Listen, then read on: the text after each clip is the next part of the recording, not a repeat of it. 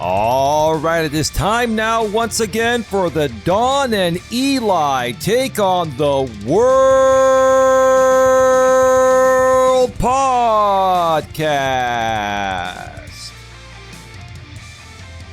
My name is Elias Mellis, but you can call me Eli for short. And who is this incredibly beautiful and extremely intelligent lady to my right? Well, thank you for the compliments, but I am Dawn Ledgerwood, your girlfriend.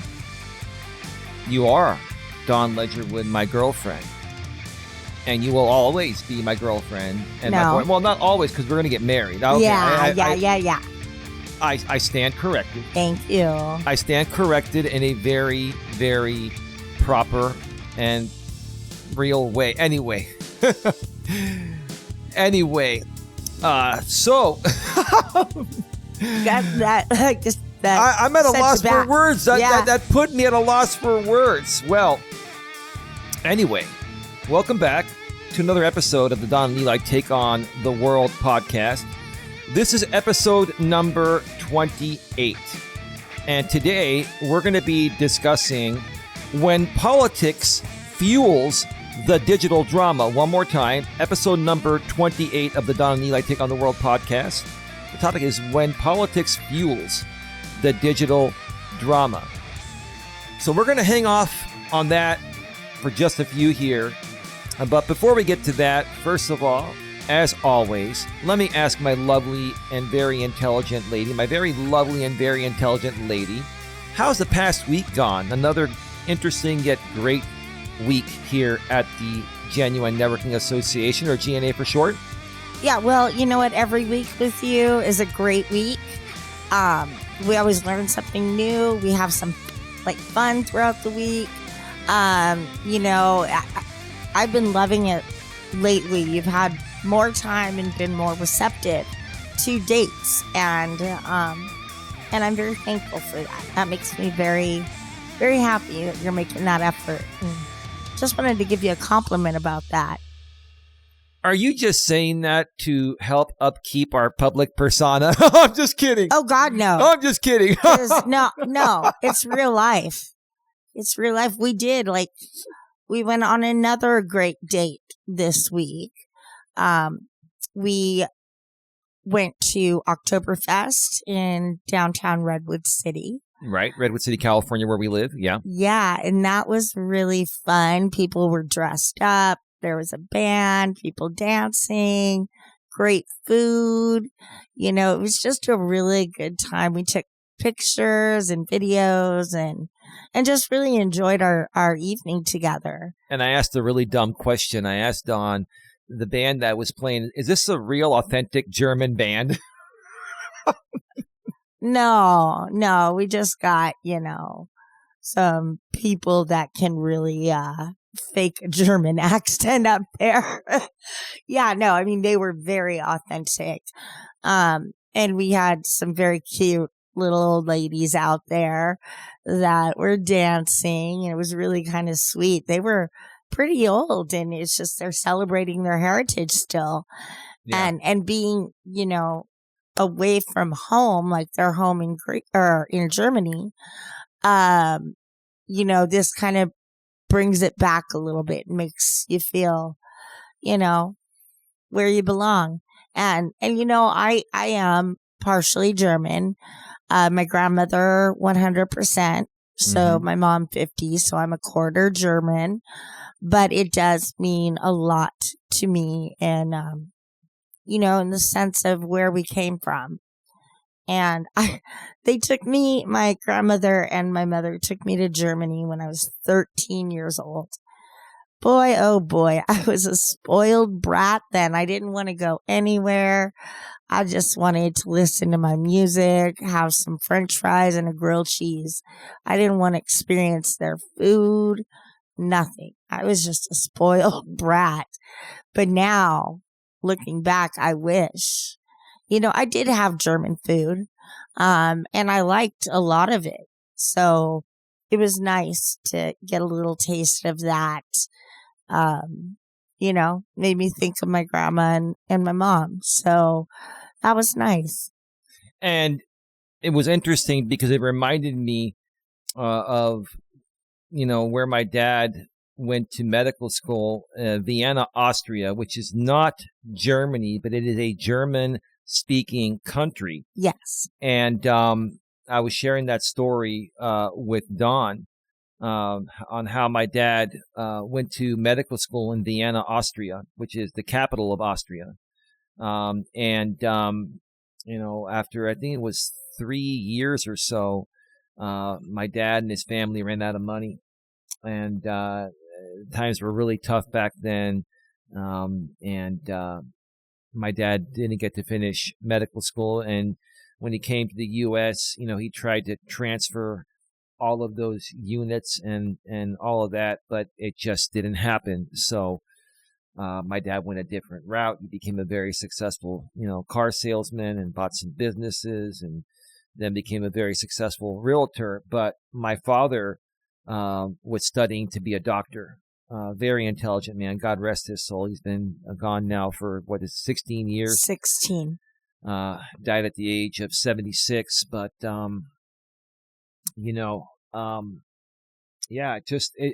was a really nice time being able to go to Oktoberfest, and we went during the week where the tickets were cheaper. Yeah, that was great. They were $16 a piece instead of 35 on the weekend, and although there were still a lot of people there, it's much more crowded. During the weekend. This is the last weekend. Actually, the day we're recording this is the last day of Oktoberfest here. We're recording this on Sunday, September 28th.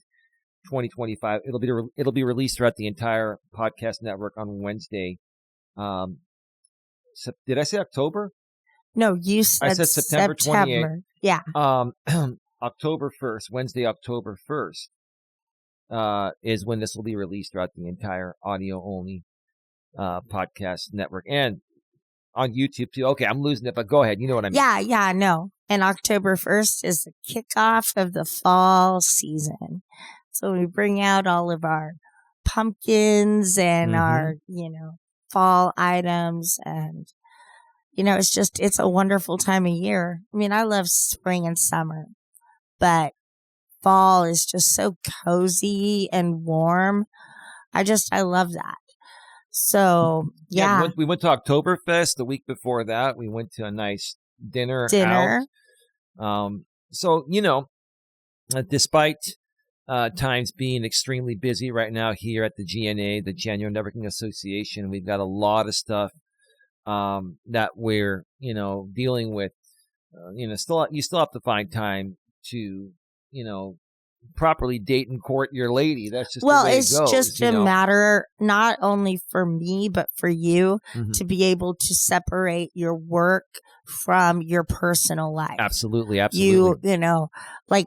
There's no rules or anything when we go out, but while we go out, we pretty much want to be, off our phones.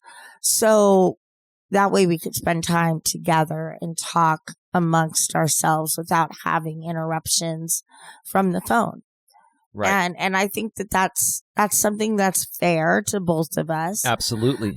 Because if we're going to go out and spend money and do this, we might as well enjoy each other, Right. So, yeah, I'm currently thinking of a few things that I want to do next with Eli.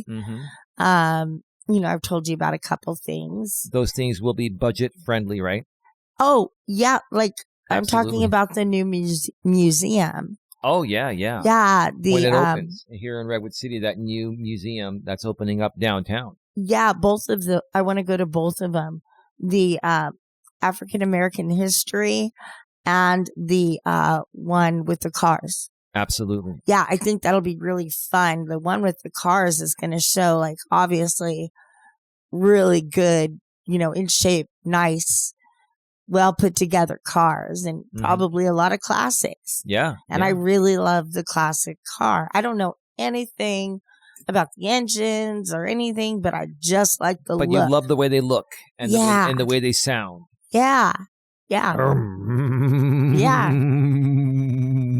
Yeah, my dad and my brother rebuilt a GTO. Pontiac? What are they? Super Sport? No, what? Pontiac GTO? Yeah, it was a GTO. I know that.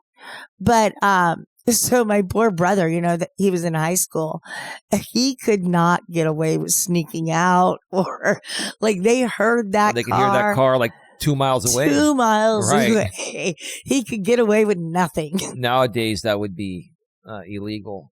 You have to have emission control and all that. A lot of those cars were modified back in those days. Modified exhaust. Yeah, back in those days, it was a little more lenient. There have been laws put into place, especially here in California, where we're very big on emission control, emission control, because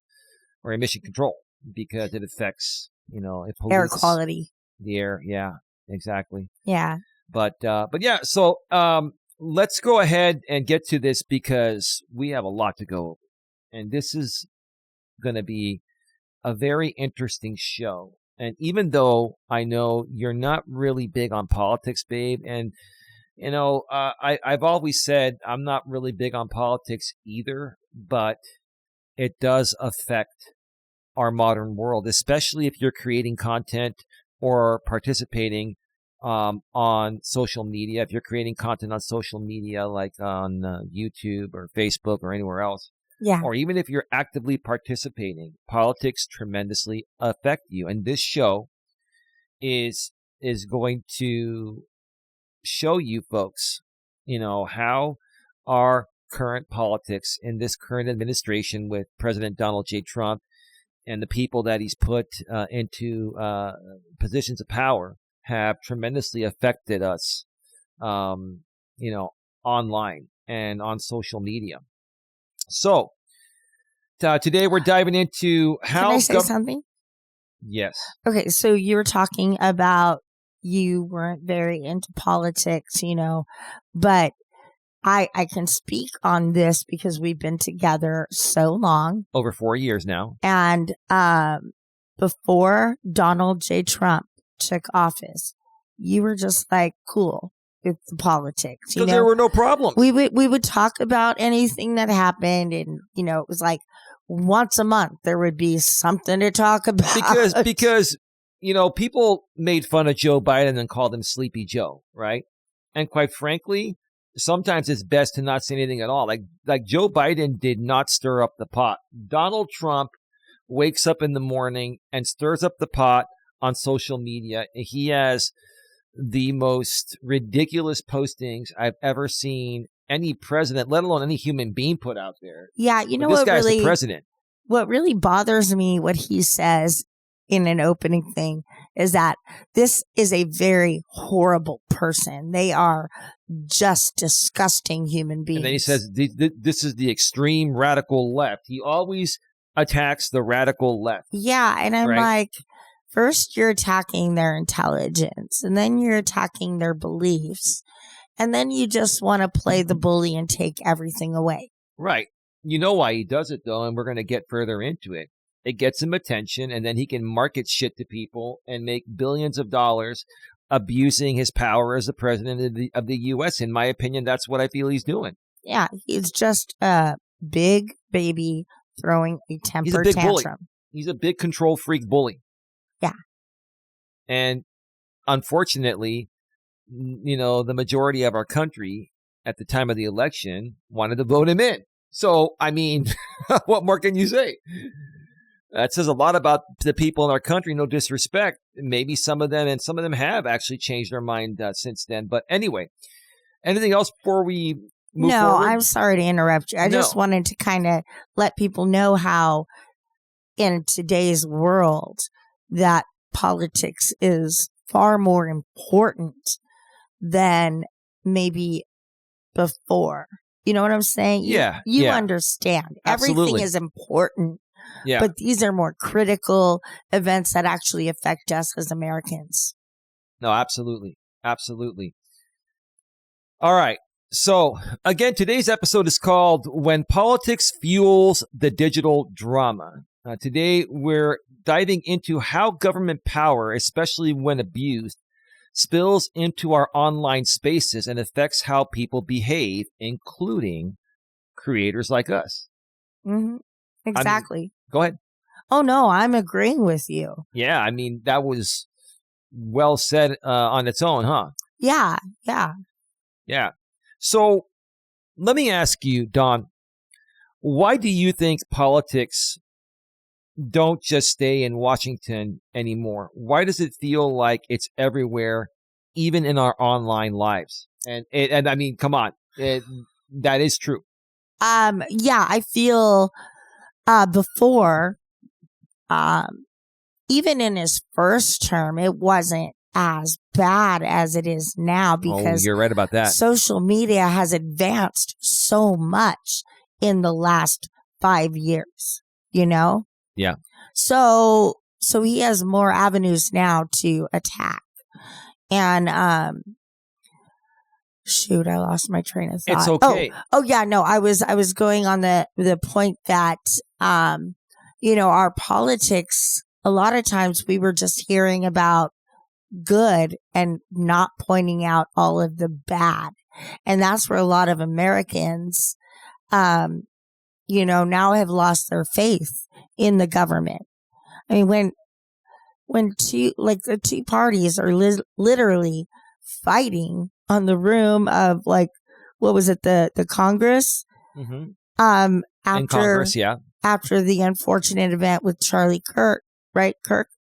Yeah. Yeah, and it was just like, where is this world? You may want to turn off your... Oh, I'm sorry. I'll do that 1 second. Yeah. Where is this world? Not just this country, but this, what have we turned into? It's over the top. Well, what happened was the government, the Trump administration, has made Charlie Kirk a martyr. And that's because Charlie Kirk basically was a huge Trump supporter and helped Trump get into office. And Trump felt like he owed him something.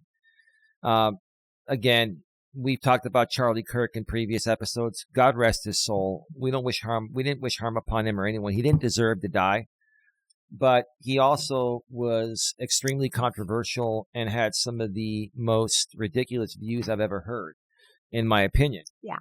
And to make him a martyr, obviously, is going to affect some members or many members of Congress, primarily people on the opposing side of the left that know that Donald Trump is giving him preferential treatment because of what he did for Trump. You see, the president, this current president, seems to only take care of people that take care of him first. And that's not the job of the president. The job of the president is to be there for all Americans, not just people on the right, to be there for all Americans, to be a great leader, to be a great role model of how to be an American citizen. And he has certainly, in my opinion, fucking ridiculously failed at that. Yes. Even worse during his second term, like you said, than even compared to his first term. In his first term, a lot of people came after him, trying to impeach him. And now he's retaliating against those people that had probable cause to do so. And they had more than enough probable cause. We're going to get to that a little later on in the show. Remember the phrase probable cause, because in order to initiate any type of lawsuit, you have to have probable cause. And Donald Trump has done so much, he redefines the meaning of the word probable cause, in my opinion, baby. Yeah. I don't know about you, but... Yes. Oh, God. Anything else, babe? No. So what exactly are you going to go over right now? Oh, well, I'm going to clearly lay it out for you. Okay. So you're going to know. You're going to know. I'm just trying to figure out when the best time is for my first break. I'm sorry. Are you feeling an urge? A little bit. So, do you want to go use the restroom before you start this? Yeah. So let me go ahead and just turn off the camera. My lady's going to go and take a quick little break. And while she does that, there may be a second break coming up. I'm going to remind you folks that are listening to this on the audio-only podcast network, we're on Apple, we're on Spotify, we're on, Apple, Spotify, Amazon Music, we're on my lady's favorite, iHeartRadio. We're also on Amazon's Audible, and we are also on YouTube's Music, and even many of the unknown or less popular podcast sites that distribute podcasts audio only. If you're listening to this audio only anywhere, please go in the description section and you will see a link to the YouTube video of this same exact podcast. It's the same thing, same audio with just video included. We actually rip the audio from the video we record. We record this as a video, rip the audio, and we upload it to the podcasting site. That's just how it works. Very simple, right? When you click that link, it'll take you to our main YouTube channel, GNA, Genuine Personal Development, which GNA is short for Genuine Networking Association. When you go there, please subscribe, bang the bell, select all notifications so you don't miss anything. And then also go below. Give me a second here. I need to clear my throat. When you are there within that video, go below in the description towards the top, and you will see a link to our secondary channel, GNA2, Genuine Live Personal Development. Make sure you click that link, go over there to the channel, subscribe, bang the bell, and select the notifications so you don't miss anything, because that's where we go live. I go live, if not every day, almost every day. I do Walking with Purpose live streams, where I take at least an hour, sometimes 2-hour walk, and I engage our audience live. And we typically have a specific topic, but we can also talk about anything, and I answer questions in the chat.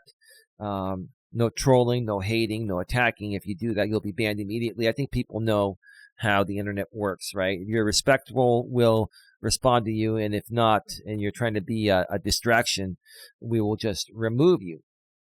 And sometimes Don joins me on those walks or in-studio streams.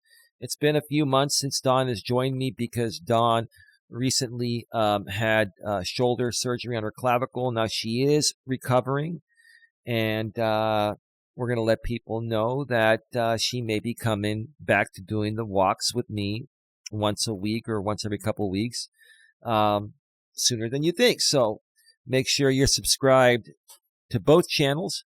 Dawn is stepping back into the studio, and we'll be able to move forward once she gets her headset back on. I'm going.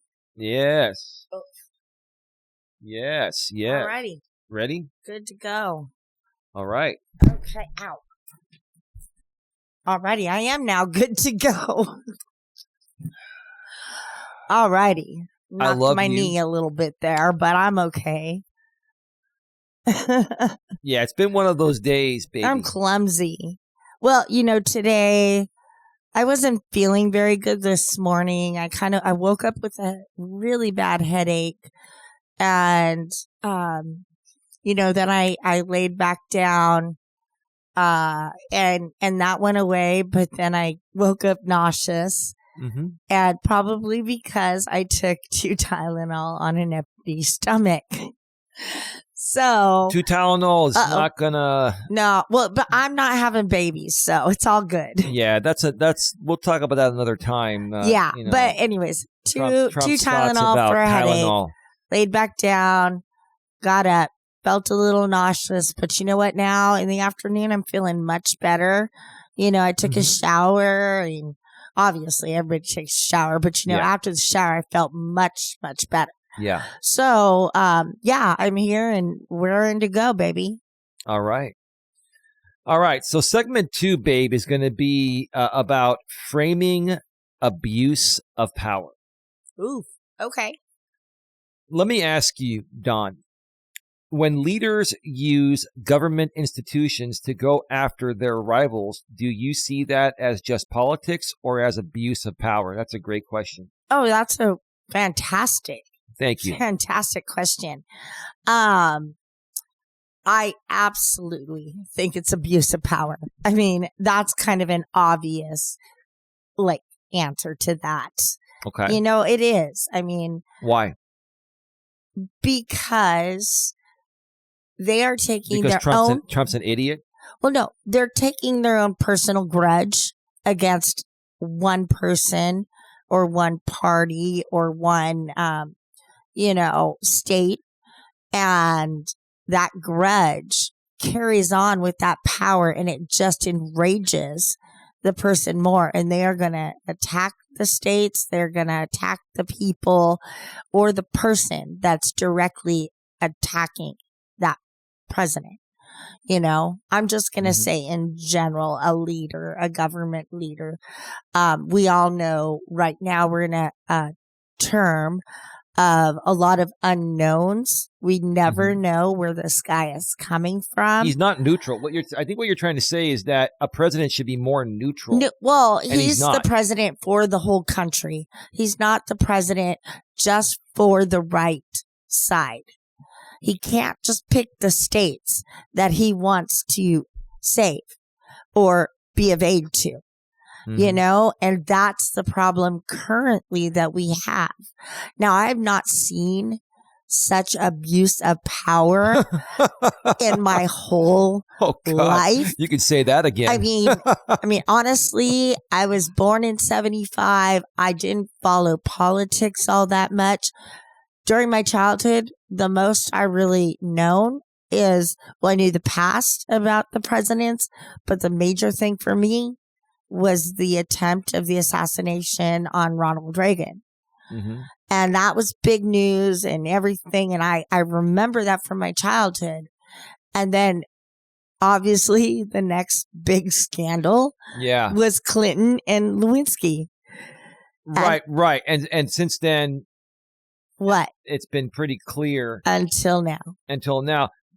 Baby, I was born in 1973, and thankfully, I believe my mother didn't take any Tylenol while she was pregnant with me, so I ended up okay. I should ask, my mother's still around. I should ask my mother, did you take Tylenol while you were pregnant with me? Is that why I came out so fucked up? I talked to my mom about this after it was coming out, and my mom's like, honey, Tylenol was the least of my concerns of what I was taking. Oh, yeah. So in the 1970s, my mom had me at the age of 20. And so she was just getting into her adult life. She was having a little fun. She had a little more fun than she should have. A little too much fun with stuff.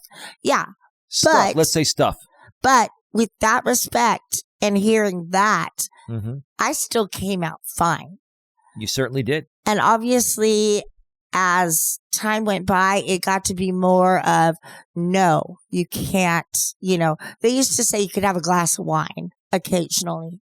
Now it's nothing, no caffeine, nothing, to interfere. And all of my doctors now, granted 30 years ago, when I was pregnant, they told me the only safe medication was Tylenol. But not to abuse it, obviously. If you abuse anything too much, it'll kill you. Yeah. Seriously. But I only use Tylenol if I have a headache. As needed, as recommended by your doctor. Yeah. Right? And if I just have muscle pain in general, I'll take an ibuprofen because that attacks inflammation. Right. Pain in your head from a headache is pain. And on the package, it says pain reliever. So that's what it is. It's a fucking pain reliever. Yeah. And quite honestly, it would not be on the shelves for as long as it has been, survive the Tylenol murders, and still be one of the number one pharmaceutical companies in the world. So, okay, he woke up one day and was like, let's see. Let me go to all of these. What are they? They are the conspiracy theorists. And let me find out one of their conspiracies. And then I'm going to go forward on that. And I'm going to make a big deal and a spectacle of it. And in the process, I'm going to make every other woman in the United States feel bad for taking Tylenol. Right. And it really has not scientifically been linked together. What they've said, they've done studies, but they need 5 more years of research, is what Dr. Oz said on Chris Cuomo's show on News Nation. Yeah, and I trust. But even he Dr. said, Oz?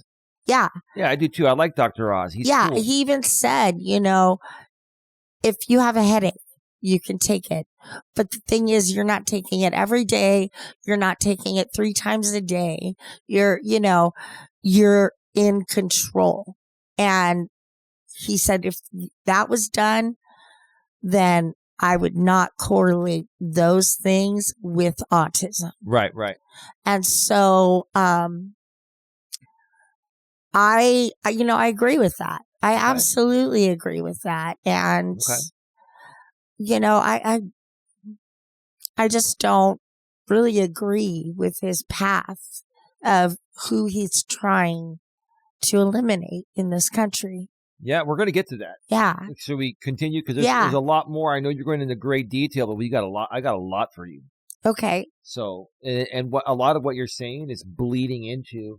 So I'm not trying to cut you off. No, I get what you're saying. Yeah. Let me ask you, babe. How do you think that this kind of behavior makes ordinary people feel about fairness and justice? What Trump is doing, obviously, is abuse of power. How does that make the average, everyday, ordinary person feel that's seeing all this? I speak for myself with this. That's why I asked you. What is going on today? What I'm really concerned about is not his stupid antics with what he's doing now, but what he is instilling in people. How it's affecting our people, how it's affecting our youth. Right? Our youth, right? Children are, males. They're being indoctrinated into this culture already, right? Yeah, and young boys are going to think it's okay to talk about female genders and or parts or whatever and exploit or that. Or grab them by the pussy like Trump once said. Right? Yeah. Which is it's not okay to do that unless the woman that you're with, you're together and she wants that. I mean, it has to be welcomed. It cannot be unwelcome. And my thing is, it's just not professional. You want to talk like that with the guys on the golf field or golf course, go for it. Mm-hmm. But don't have that be on a platform that you're trying to, gain votes for, gain, more popularity. Right. Yeah. Okay. Yeah, no, I agree with you. I just, I see what's going on and I see how people are reacting to it on social media, which is where everyone's reacting nowadays. I mean, the people on social media are real people reacting to something that's really happening by our president. And it's just created a world of shit. It's just insanity.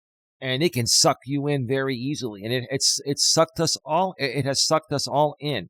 Well, we are as humans are drawn to drama. We like to see it. We might not like to be in it, but we like to watch it. And so that's what we're going through right now. Is we're going through a freaking soap opera of a presidency. Yeah. With that being said, let me just say this and I'll segue into segment 3. When leaders model vengeance, people copy vengeance. That's why online arguments feel more like trials than conversations. And so as we head into segment 3 here, we've got an article that we're going to go over regarding James Comey. Mm-hmm. Oh, okay. And he's currently been indicted. Mm-hmm. We're going to get into that in a second here. Let's go ahead and just look at the article about James Comey's indictment and Trump urging AG Attorney General Pam Bondi to go after his rivals. So we're going to switch on over to the browser source for the people on the YouTube side of things.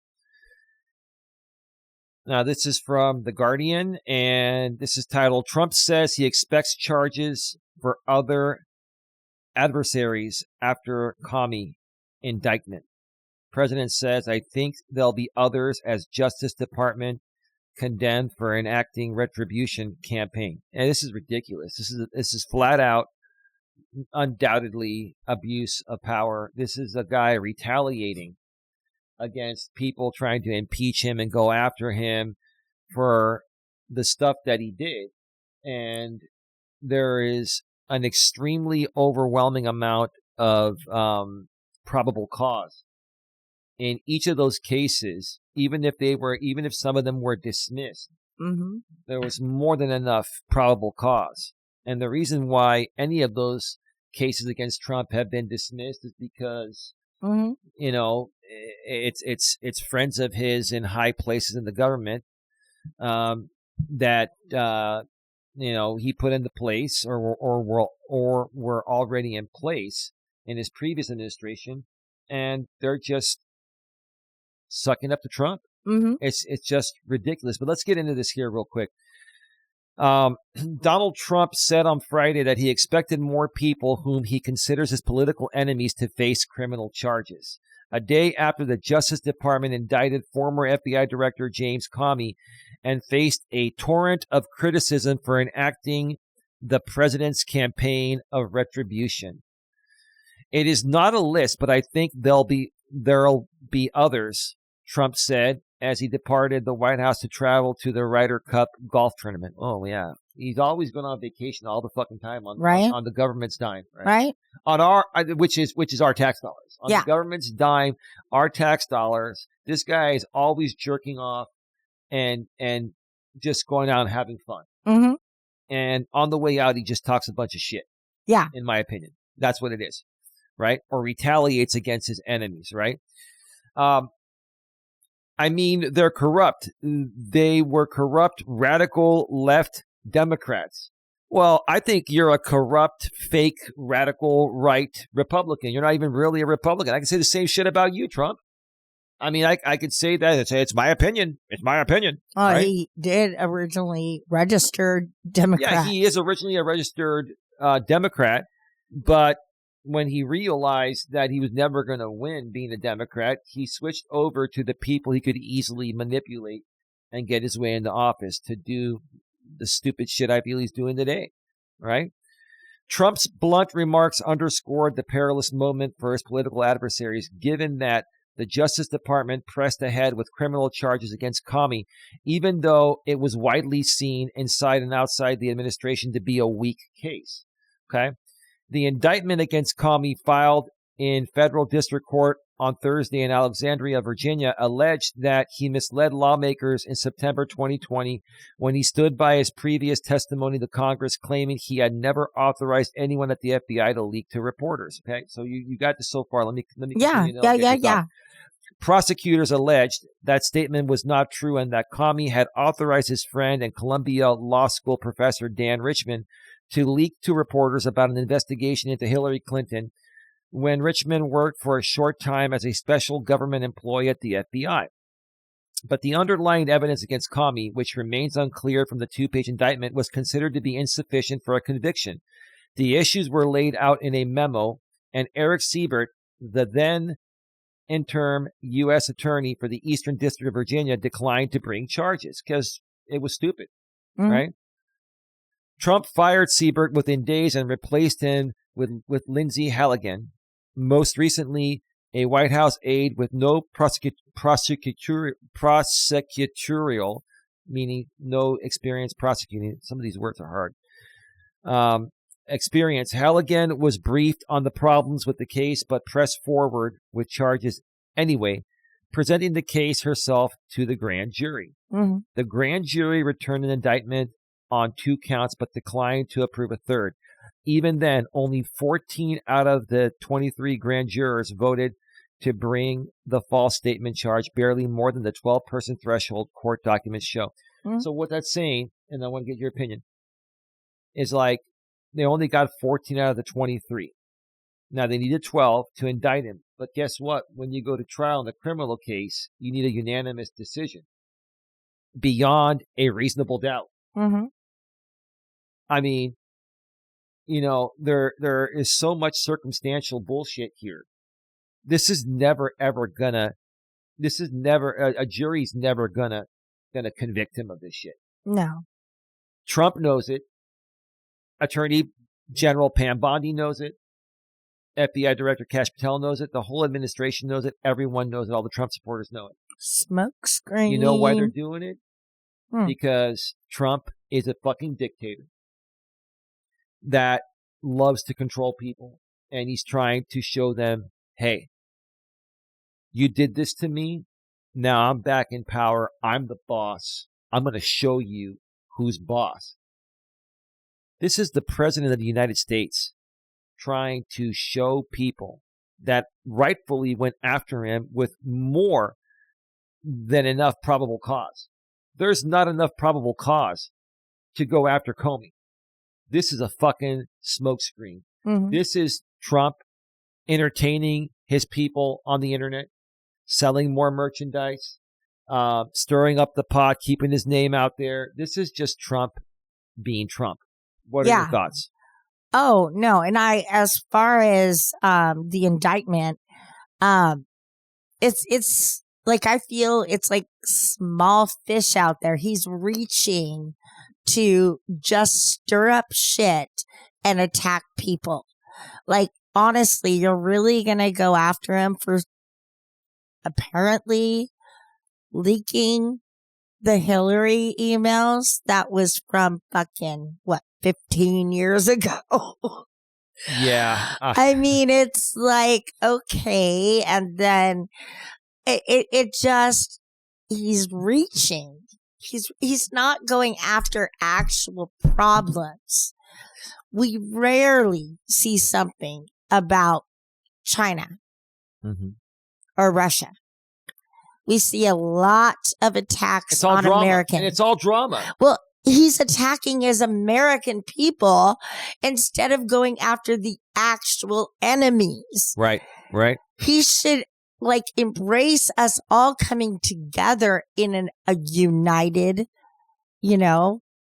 place, a united way in a united place called the United States of America. Called the United States. Which we are the divided states of America. We really are. He has created more division than anyone else in the history of any other administration in any other country. Like, Trump is the absolute worst that's ever lived. I have even said he's worse than Hitler was.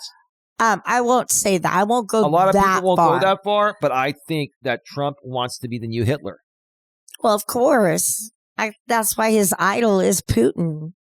Like, seriously. He goes back and forth with Putin. He goes back and forth with people just to stir the pot up. Everybody. Yeah. But the thing is he knows he can get away with it in this country, attacking people like Jimmy Kimmel and stuff like that. Yeah. Because he goes toe to toe with Putin. He's dead. He abuses not only his power, he abuses the process of the court system.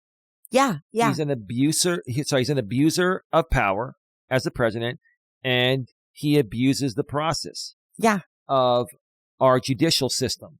Yeah. And if you didn't see, he put everyone in place that he can control to make this happen. So who the fuck is going to stop him? Yeah, who the fuck can't stop him? Like, he changed the whole staff with people. He stacked the deck in his favor. Fuck yeah, he did. He did. He stacked the deck. Everybody knew that. Everyone knows that.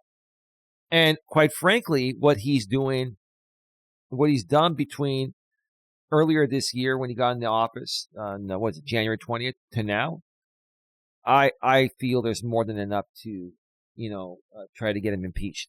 Yeah. There's plenty. But anyway, shall we continue? Yes. Yeah, because we can go on for days about that. It's okay. We're on schedule here. The fraught nature of the Comey indictment raised fresh fears that Trump's political appointees at Justice Department headquarters in Washington and at its field offices elsewhere will feel emboldened to pursue criminal cases against the president's other adversaries. Among other people, Trump has fixated in recent weeks on criminal investigations against the New York Attorney General Letitia James and Democratic Senator Adam Schiff over mortgage fraud allegations. James brought a civil fraud case against Trump last year, and Schiff led the first impeachment trial, all of which had probable cause. Yes. Trump has no probable cause to go after these people. It's retaliation. Mm-hmm. It's complete retaliation. Yeah. He's just acting weird. He's walking around. Dog's walking around my dog here. is. It's all good. Yeah. Yep. Last weekend, before Comey's indictment, Trump called on his Attorney General Pam Bondi to pursue Comey, James, and Schiff. They impeached me twice and indicted me 5 times over nothing. Really? Over nothing? Then I'll tell you, if it's over nothing, Trump, then why not personally sue them for malicious prosecution? And we'll tell you why he didn't go that route in a little bit here. I've got something on that. Justice must be served now, Trump posted on Truth Social. He's amping it up to these far-right extremists, or these MAGAs, that are severely brainwashed and mentally challenged people, in my opinion. Yeah. I'm just scratching my... And he's preying on the vulnerabilities of his own people, mm-hmm. right? Yeah. And anyway, the administration also launched a criminal investigation into former CIA Director John Brennan, who Trump despises for his role in the U.S. intelligence community's assessment in 2016 about Russian malign influence operations aimed at helping the Trump campaign. So there was some shit going on, or alleged shit going on with Russia back then. Nothing really came out of it. But anyway, last month, the FBI also searched the home and office of John Bolton, Trump's former national security advisor turned critic, over allegations he mishandled classified documents. The FBI recovered documents with classification markings, but Bolton's lawyer claimed they had been declassified. Yeah. So, let me go back to full screen here. What do you think about? You're laughing. I'm laughing, yeah. I mean, seriously, this sounds like a baby crying because they had their toy taken from them. Yeah. This sounds so ridiculously stupid. What are your thoughts? And then I'm going to share why Trump didn't sue these people directly himself for malicious prosecution. Because, hey, if you're wrongfully sued and the suit ends up in your favor, you can technically, there are some other caveats, we'll get into that, but you can sue for malicious prosecution. I was wrongfully sued. But what are your thoughts before we get to that? Do you have any other thoughts? Not really, other than I think the reason he didn't do it is because he knew he was going to lose.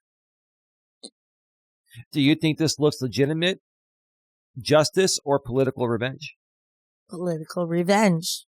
Okay. And what message does it send to regular people when a president celebrates indictments of critics online? I think it tells the American people that they could get away with anything when they know the right people. You know? It's all about who you know. Yeah. Yeah. I mean, and also, how does this tone at the top influence how people act on social media? Well, people are very influenced by social media. I think a lot of people tend to, like I've said before, hide behind the computer. But how does Trump's behavior affect social media? Well, I'm kind of getting to that, is that people that won't go out and say that they support Trump, they're the ones going on the computer and being very aggressively pro-Trump. Well, they're spreading his message. Yes. Yeah. And spreading all the stupid, dumb, nasty shit he's doing. Yeah. And they're doing it by protecting themselves behind the computer. Right. Until you go too far, and then he does his investigations and finds your name, finds your IP, finds all of that. Then you're probably going to prison, you know? Yeah. For stating your opinion. Yeah. Yeah. So I'm not going to show this on screen. I'm just going to read off of this because I did some research on this, and I understand malicious prosecution pretty well. Suing for malicious prosecution versus using government power for retribution. That's great, huh? Mm-hmm. The challenges of malicious prosecution lawsuits. Malicious prosecution is a civil tort, but it is notoriously difficult to prove, especially when seeking damages from prosecutors. Mm-hmm. Right? Absolute immunity. The Supreme Court has granted prosecutors absolute immunity for actions within their official duties, including the decision to prosecute. So everything that every action that was taken against Trump, number one, there's immunity. Number two, we'll get to that in a second here. This immunity is meant to shield them from harassing litigation and allow them to make difficult, independent judgments. Suing a prosecutor successfully requires proving they acted outside the scope of their official duties is a very high legal bar, which the Supreme Court, which is full of Trump's people, they've even turned shit down that Trump has tried to get by them because, I mean, these are Supreme Court justices. They also have a law license. I mean, these people have to do the right thing. They have to do the right thing. You have to have proof of malice and lack of probable cause. Like we were talking about earlier.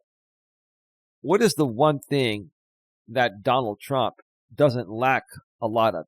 Probable cause. How much probable cause has there been in every situation where someone went after Trump legally? A shit ton of probable cause? Yeah, I guess. I don't. He knows what he's done. Yeah. You know what he's done. I know what he's done. We've all seen it. Yeah. He's seen it. So he can't go the route of malicious prosecution. Favorable termination. The original case must have been resolved in the defendant's favor. If the case ended in a conviction, a settlement, or a hung jury, a malicious prosecution suit cannot be pursued. So even if the case was ended in his favor, there still needs to be probable cause. Some of them have gone his way, others haven't gone his way. Civil versus government power. A civil lawsuit provides monetary damages, but it does not enable the plaintiff to dismantle or control the government institutions they accuse of misconduct. That's what this motherfucker has done all year since he got in office. He's been dismantling the government and strategically putting in people that he can control and abuse. Yeah. That's all he's done. Like Patel. This is no joke. Like Patel. Right, exactly. He's the prime. Like I thought. What I'm speaking here is fact. It is I thought at first, I thought Bondi was just like a dumb blonde playing, you know. She's capitulating to Trump. Yeah, but then Patel, like, I mean, you could even like tell in the pictures, he has no idea what's going on. You know what? All these people would have never gotten in these positions without Trump, and they want to stay in them. So they're doing exactly what he says, but that comes with possible repercussions down the road. Yeah. And you know, it's like, cause he was a podcaster. It would be like Trump saying, okay, Eli, I kind of like your show here. Why don't I just make you the head of the FBI with no fucking experience, nothing like that. It's just cause he liked what you were saying, you know? Well, and off camera, he's like, hey, if I need something, I'll reach out to you. Right? Yeah, right? Yeah. And he'll say it in a way where, oh, you get the hint. You want me to abuse my power so I can help you further abuse yours and control the entire narrative of the government and the whole entire U.S. and help you lead an authoritarian type of government, right? That's just ridiculous, right? Mm-hmm. So, in contrast, controlling the executive branch allows a president to use federal power to target opponents directly. That's exactly what Trump is doing. And this is not slander. This is the truth. We're reading it as like, yeah. But whether we read it or not, this is what he's doing clearly with what he's having Pam Bondi do to these people. They don't deserve this. They don't deserve any of this. Yeah, and Chris has broken this all down. He, has explained it very well how Trump is doing this with the certain people, because Chris has been a part of this for Chris Cuomo's been around for a long time. Yeah, so he knows the games, and he also has a law degree, so he knows exactly what Trump is doing, and he says that he's crossed lines with the law. So, that's how he uses the abuse of power. Yeah. He's the president. Absolutely. Using presidential power for retribution. During and after his 2024 campaign, Donald Trump publicly promised retribution against his political opponents. Like, well, who the fuck does that as president? Who the fuck does that?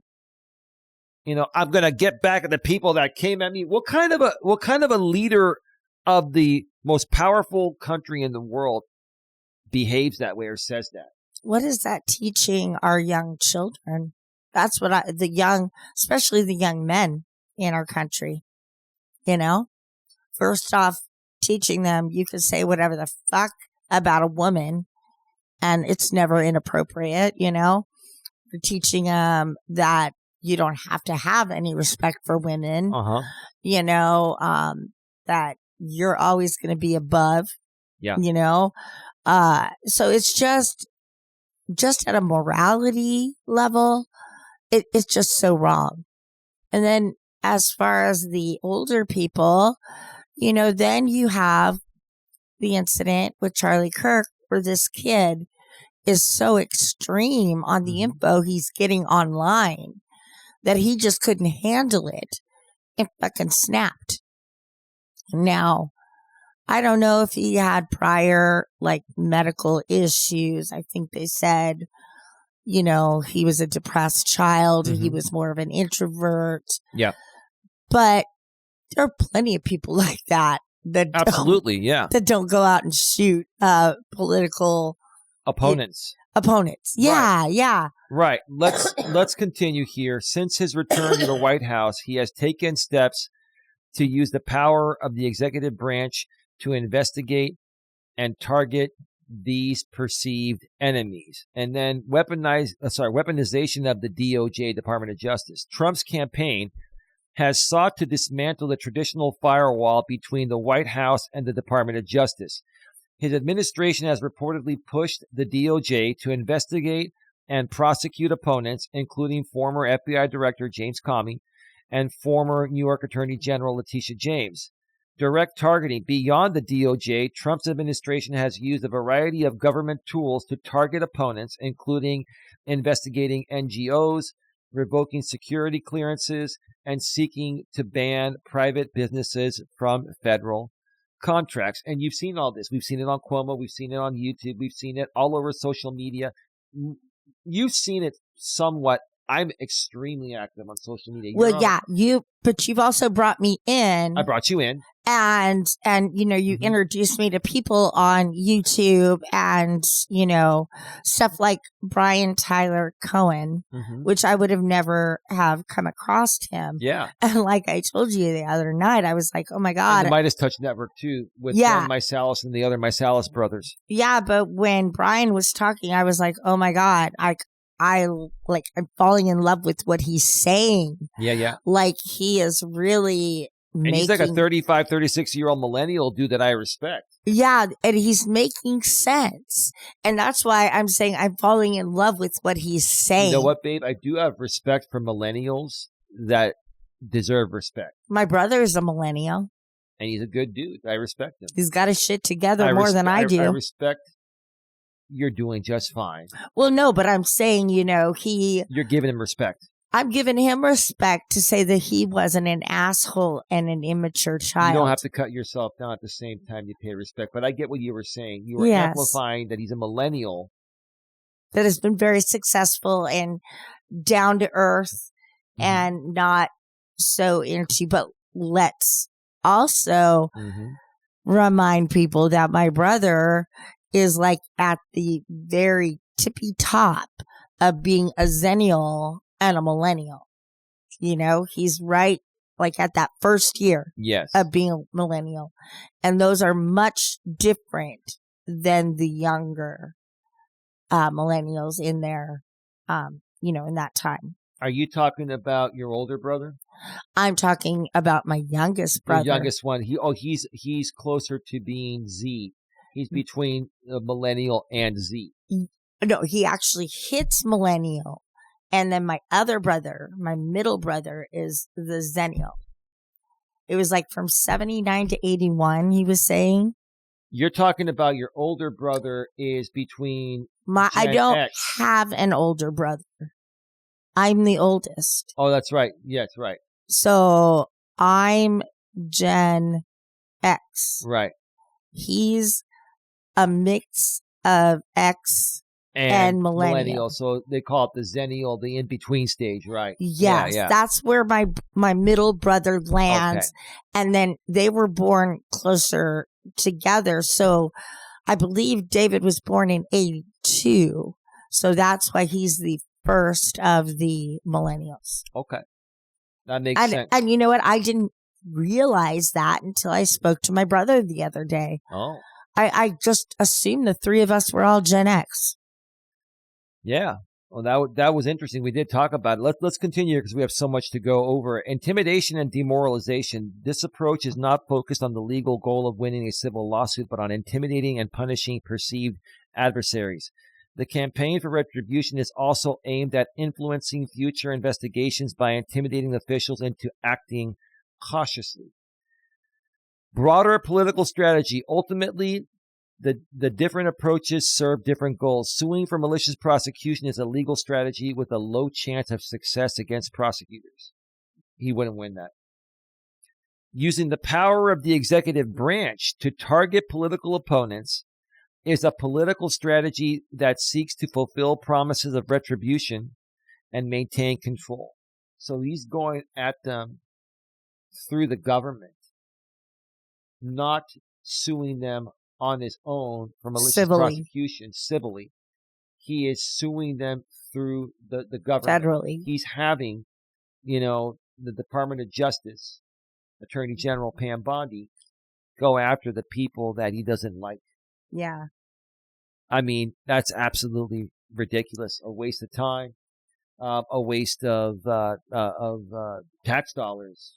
Yeah, I'm surprised. I mean, who's paying for this? We're all us American taxpayers are paying this. Go ahead. Yeah, I was just gonna side note saying I'm surprised that he hasn't gone after people from his childhood that challenged him. Going that far back to anybody that maybe bullied him. You know why? Because it doesn't benefit him politically. This is a political strategic thing for Trump. This is everything he's doing is to set him up with tons of money and tons of power for the rest of his life. Sorry, Buster was That's okay. Bugging. Bottom line, suing for malicious prosecution is a difficult legal process focused narrowly on damages. By contrast, using presidential power for retribution is a political strategy, one that directly weaponizes government institutions against opponents and reshapes the political landscape. Yeah. Enough said. Let's continue here. So, let's get into segment 4, online behavior and reasonableness, being reasonable. Online behavior and being reasonable, okay? Don, let me ask you, you spend time online every day, right? Yeah, but not that much. But yes, I do go online every day. Yeah, enough. So have you noticed people becoming less reasonable and more reactive in how they debate politics?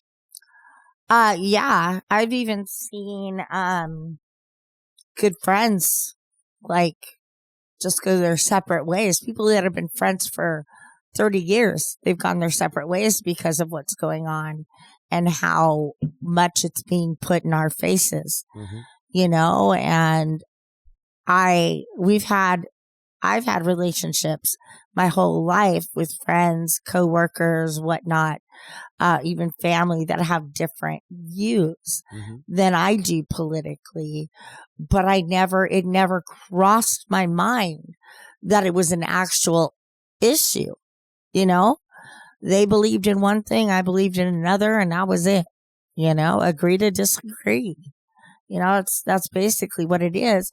And it wasn't until I was 50 years old that I'm like, really? This is what the government's all about? Because you never had a reason to be interested in politics. There weren't too many. Okay, yeah, we talk about Clinton and Lewinsky. We talk about the Hillary tapes. We talk about those kind of scandals, but they're not, they were so far and few between.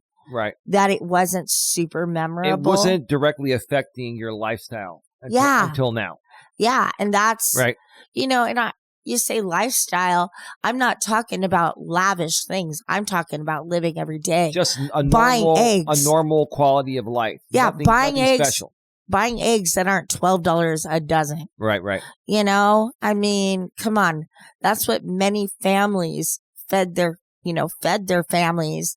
Yeah. Because it was the cheapest thing you could to get protein. Exactly. Let me ask you a follow-up. Okay. Why do you think people are quicker to attack instead of listen? That's a great question, huh? I think that's a natural human instinct to be defensive at first, but that's what... It's one thing to be defensive, another thing to attack. Well, yes, but I'm saying it's a natural instinct. To react. To get defensive and react. Okay. What we are trying to do here at the GNA and throughout, I would say the mental health world is to learn how to stop, listen, and then react. Because if you just instantly react, what good is that?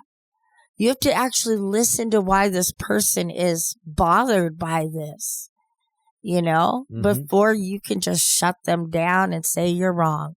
Right. And that's what a lot of people do. They just react and then they cut that person out and that's their enemy instead of just saying what the problem is and making a reasonable, connection and just say, you know what, we're two human beings. That's good enough for me. Yeah. I mean, I couldn't have said it better myself. I really couldn't have. I've talked a lot about this through our YouTube videos on the YouTube side of things. And and it's just been very, very interesting how all of these political aspects between Trump's first term and his second term have tremendously affected me on social media.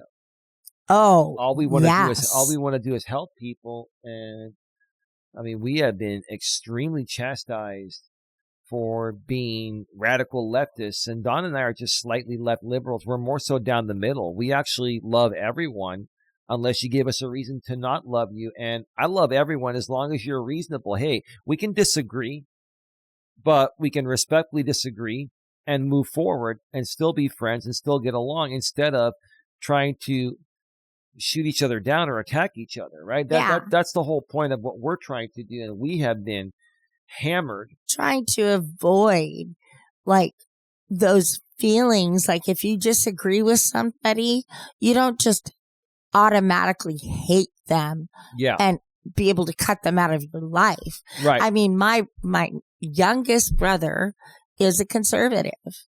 I wouldn't say that he's far right. I'd say he's more of what conservatives were meant to be,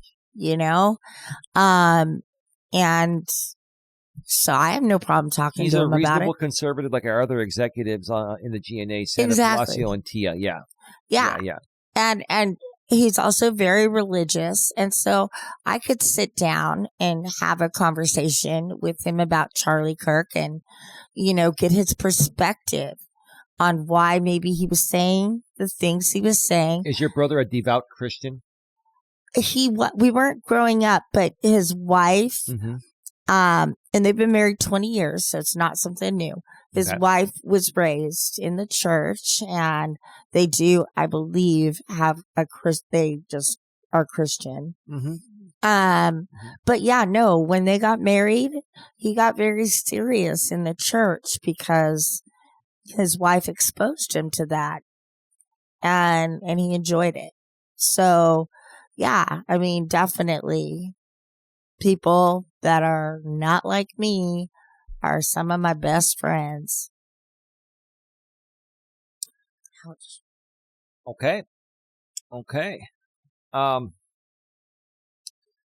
Let me ask you this follow-up question.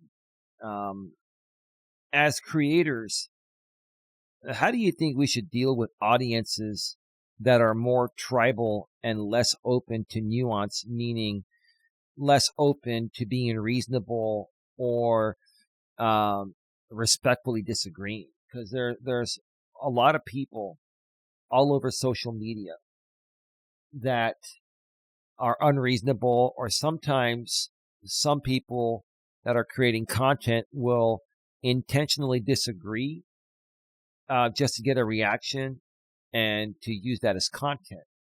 So what are your thoughts? Like, how do we deal with these types of audiences that are more tribal, meaning that in groups they spread the same hateful, ridiculous,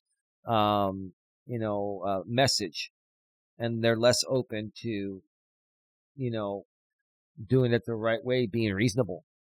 Well, I think it comes down to online. It's not even about politics or anything. I think people just decide they don't like a person. And as time goes on, they learn more of why to hate them or why they do hate them. And they're just making up reasons. But, I've heard, for instance, in your situation, I've heard them say, I just don't like Eli. That's why I do what I do.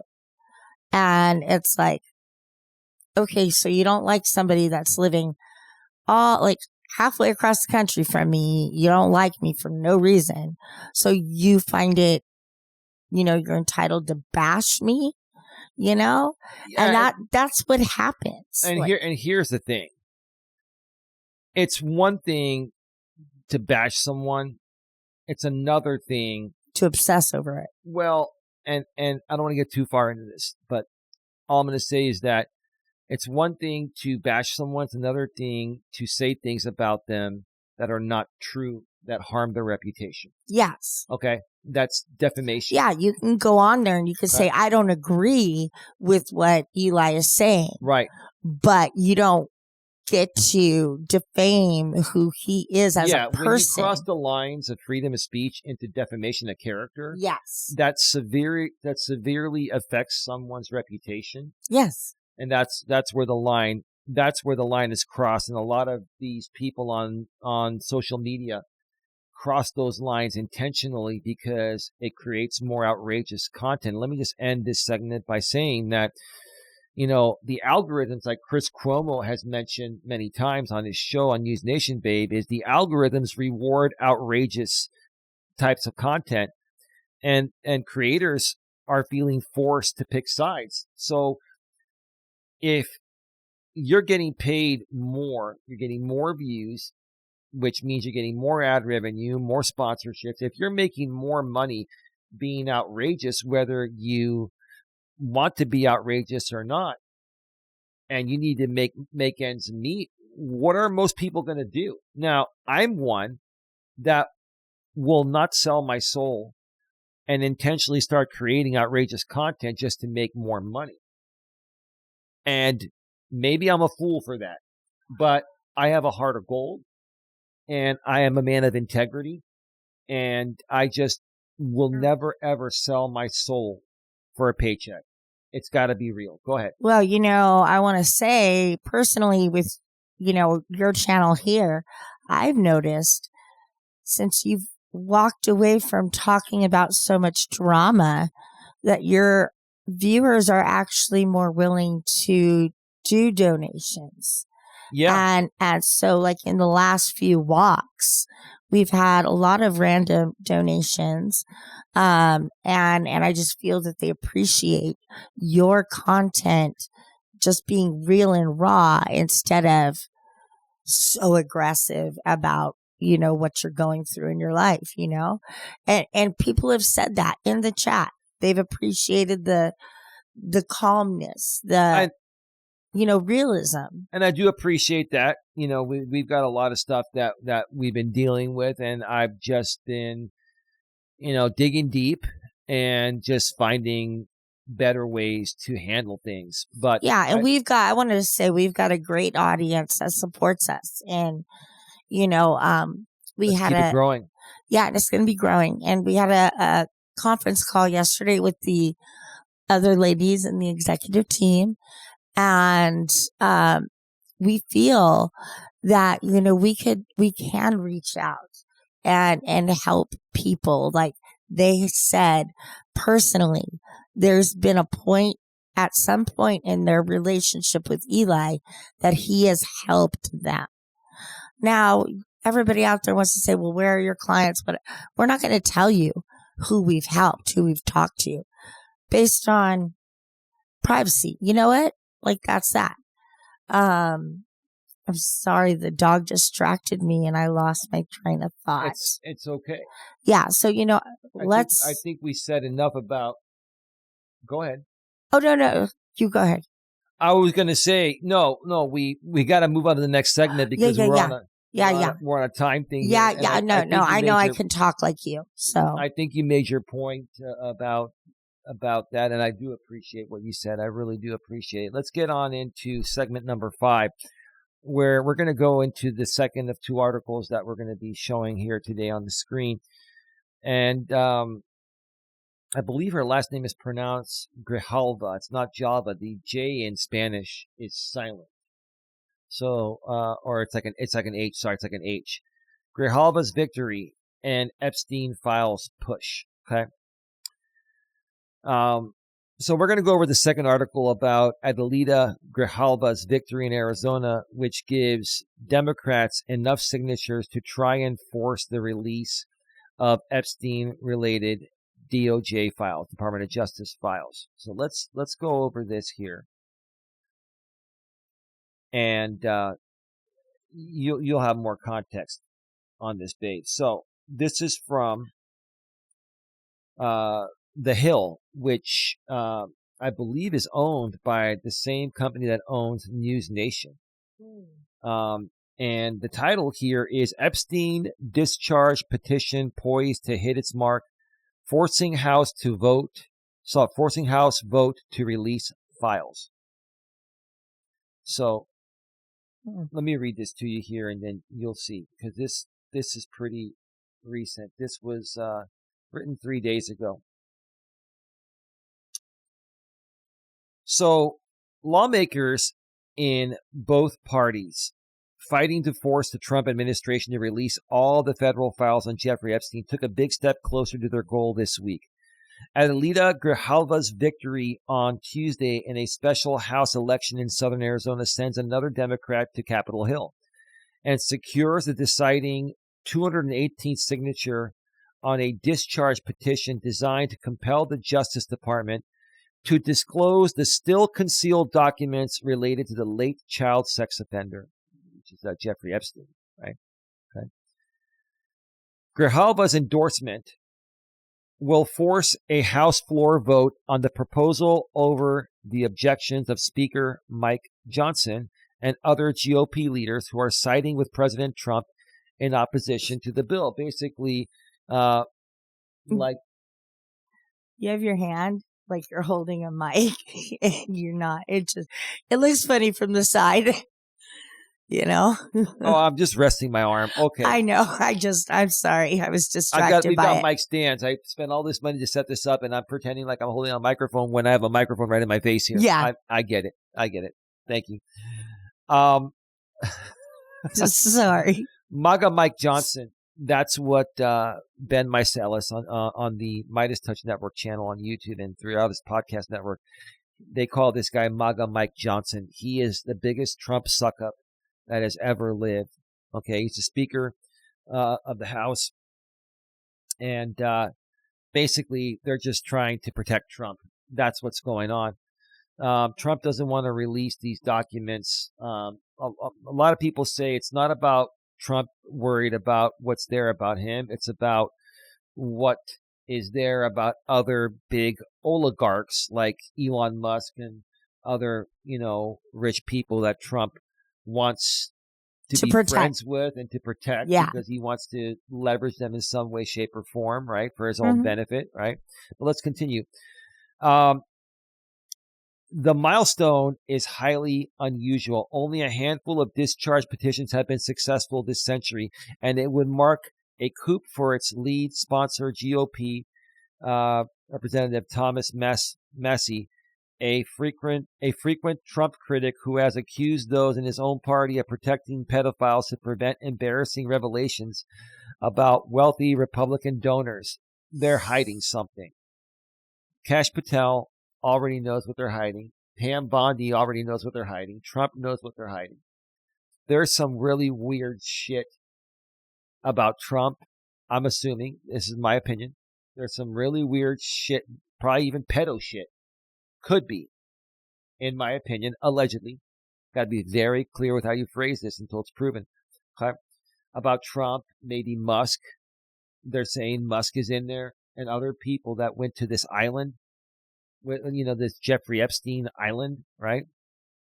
The petition's likely success is also a setback for Trump, who had campaigned last year on promises to unveil the government files on Epstein, only to reverse course in recent weeks to say the investigation is over because the whole controversy was a hoax cooked up by Democrats to hurt him politically.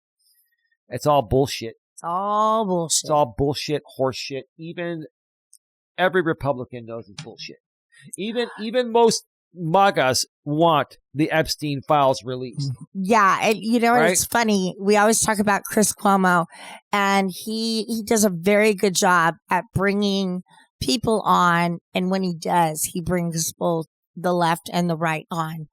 And there have been plenty of Republicans that have been on there that laugh at some of the things that are going on that Trump is doing. And I can't remember. It's the doctor who's the Republican. Oh, the Republican dude. I can't remember. I can't remember his name, but he's a doctor. Nice guy. I like him. He's a really nice, reasonable. I like some of the Republicans in office. I don't hate Republicans because I'm Democrat. That's stupid. No, there's some really great ones. And so that's what I'm saying. It's like he'll bring these people on and they're actually able to talk, joke. Reasonable. They're joking about things, and they're reasonable. Go ahead. They're reasonable. They come together to just basically listen to each other and, I don't know, agree, disagree, or agree to disagree. Yeah. Yeah, anything else? No, but I'm getting close to another break time. Okay, we're about to end this. Can you hold off 5 minutes? Okay. So let's just finish this segment real quick. Okay.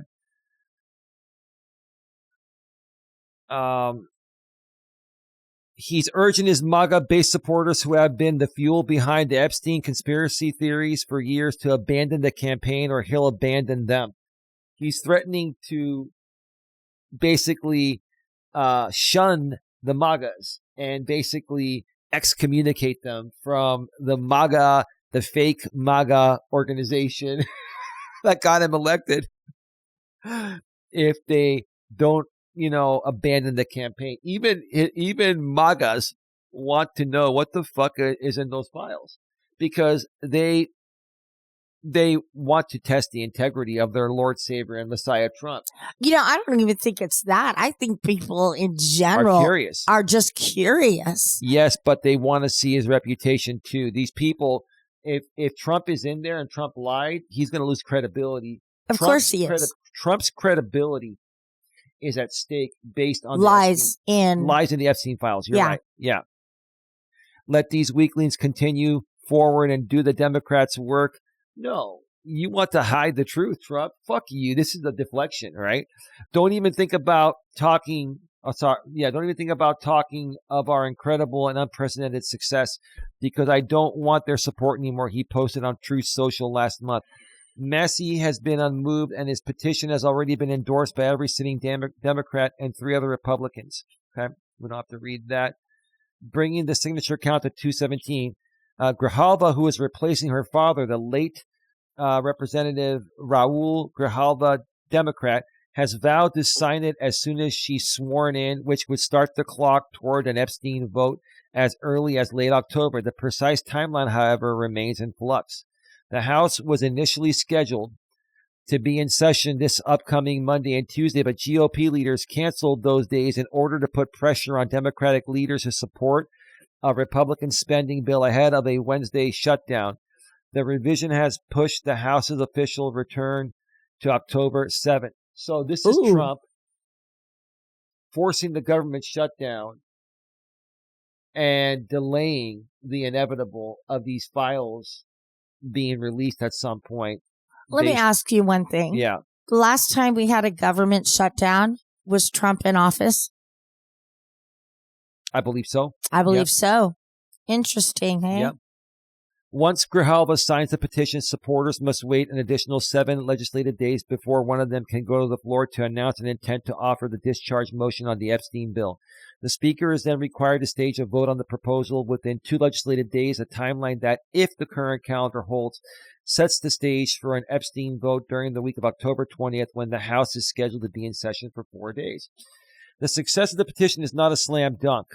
Even with Grijalva's imminent arrival, GOP leaders still have time to convince one or more of the Republican supporters to remove their names, preventing the necessary 218 signatures. Johnson could also seek to table the discharge petition as part of a proceeding rule, a gambit that was successful earlier in the year when GOP leaders wanted to sink a resolution establishing remote voting for the lower chamber, even after it had secured the 218 names to force a floor vote.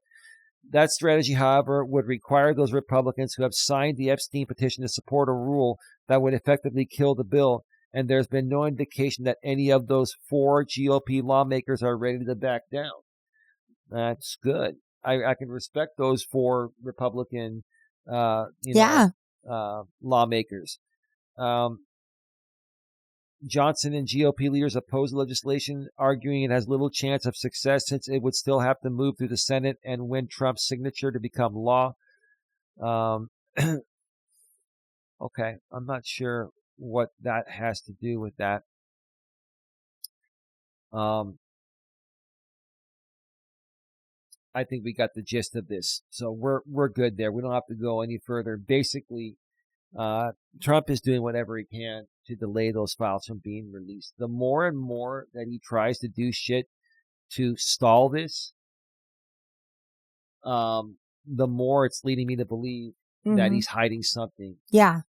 Either for himself, other major oligarchs, rich people that he wants to protect because he wants to do future business with them or current business, right? Or wants endorsements from them or anything like that, right?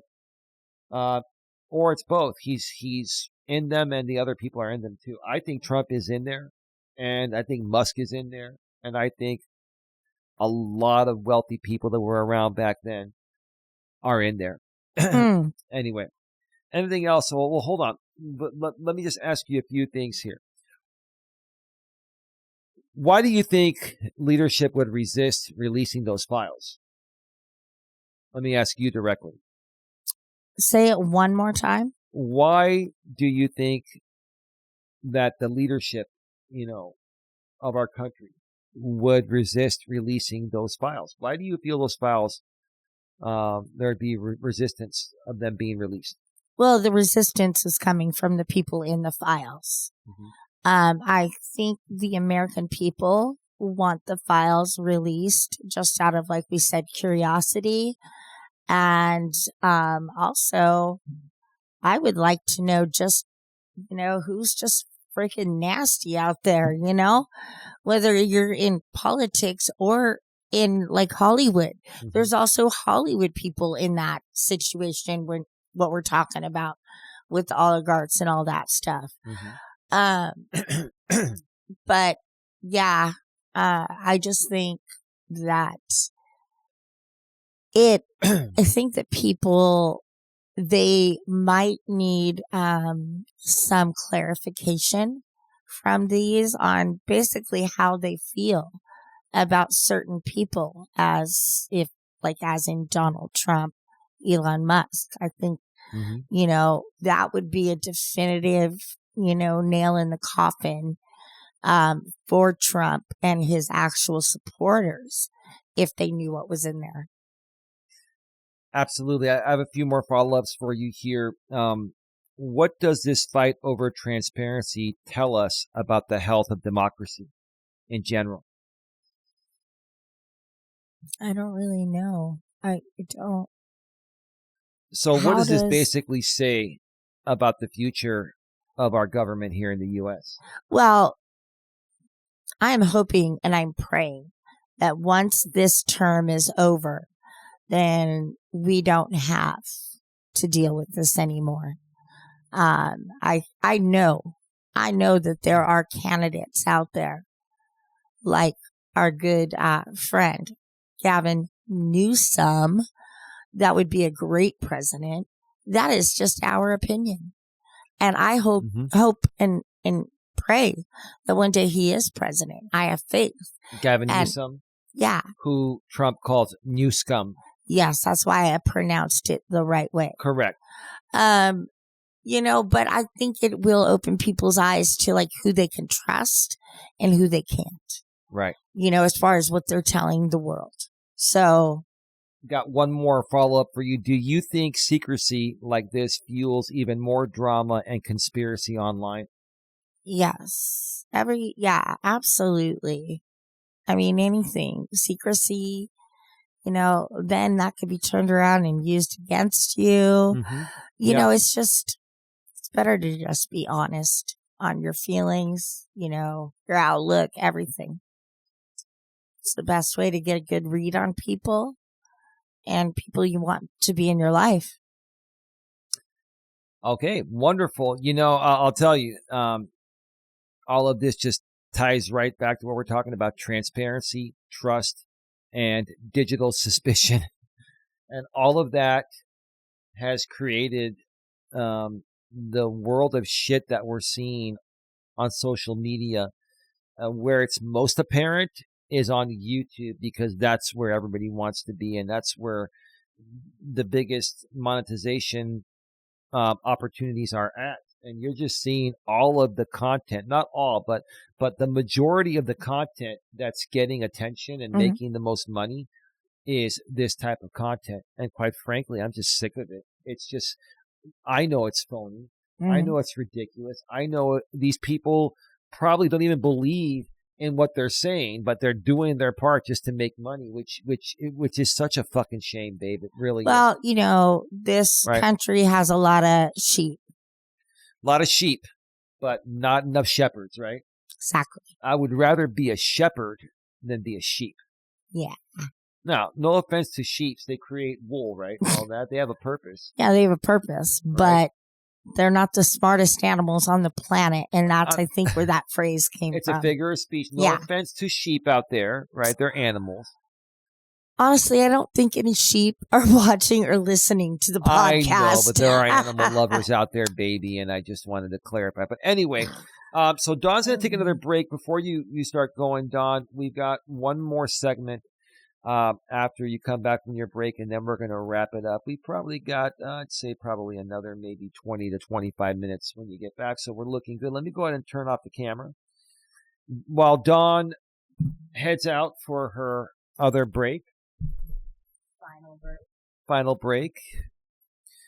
I want to remind you folks once again, if you're listening to us on the audio-only network, whether you're listening to us through Apple, Spotify, Amazon Music, my lady's favorite, iHeartRadio. We're also on Amazon's Audible, and we're also on YouTube's Music, and even the rest of the many unknown or not as popular audio-only podcast sites that distribute audio-only podcasts. If you're listening audio-only, go in the description section of wherever you're listening to this audio-only, and you'll see about halfway down is the link to the YouTube video of this podcast. It's the same thing for any of the other podcasts we've done in the past. Go to that particular podcast, and there's a link there. Or once you go to the link from this current podcast, it'll take you to our main YouTube channel, GNA, Genuine Personal Development, GNA short for Genuine Networking Association. Make sure you subscribe, bang the bell, and select the notifications. And then while you're at the channel there, you can go ahead and see that we have all other episodes there besides 2 of them that we've removed. We've put them to private. We've removed them because these were people we interviewed from YouTube, and when we have that much of a difference with some people that we interview, we typically remove that from YouTube. But it's those streams or those podcasts are still publicly available throughout the entire podcast network. But most of the video versions are available on our YouTube channel. While you're, watching this video podcast version, go below that description.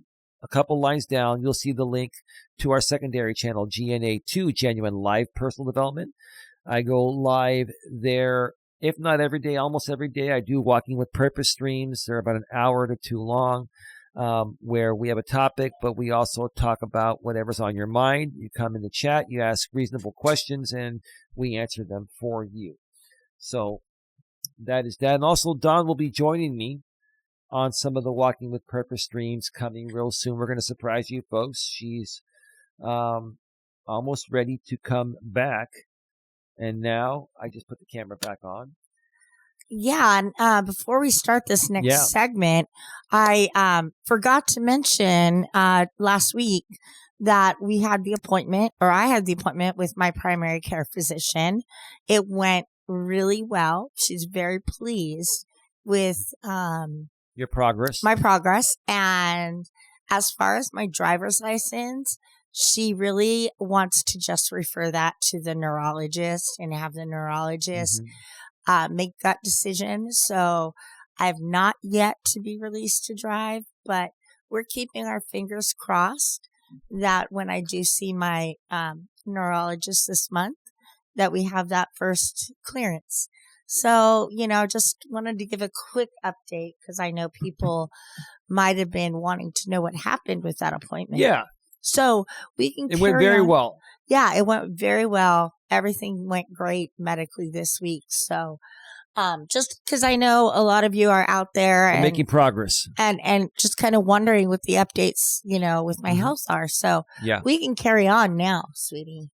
Okay.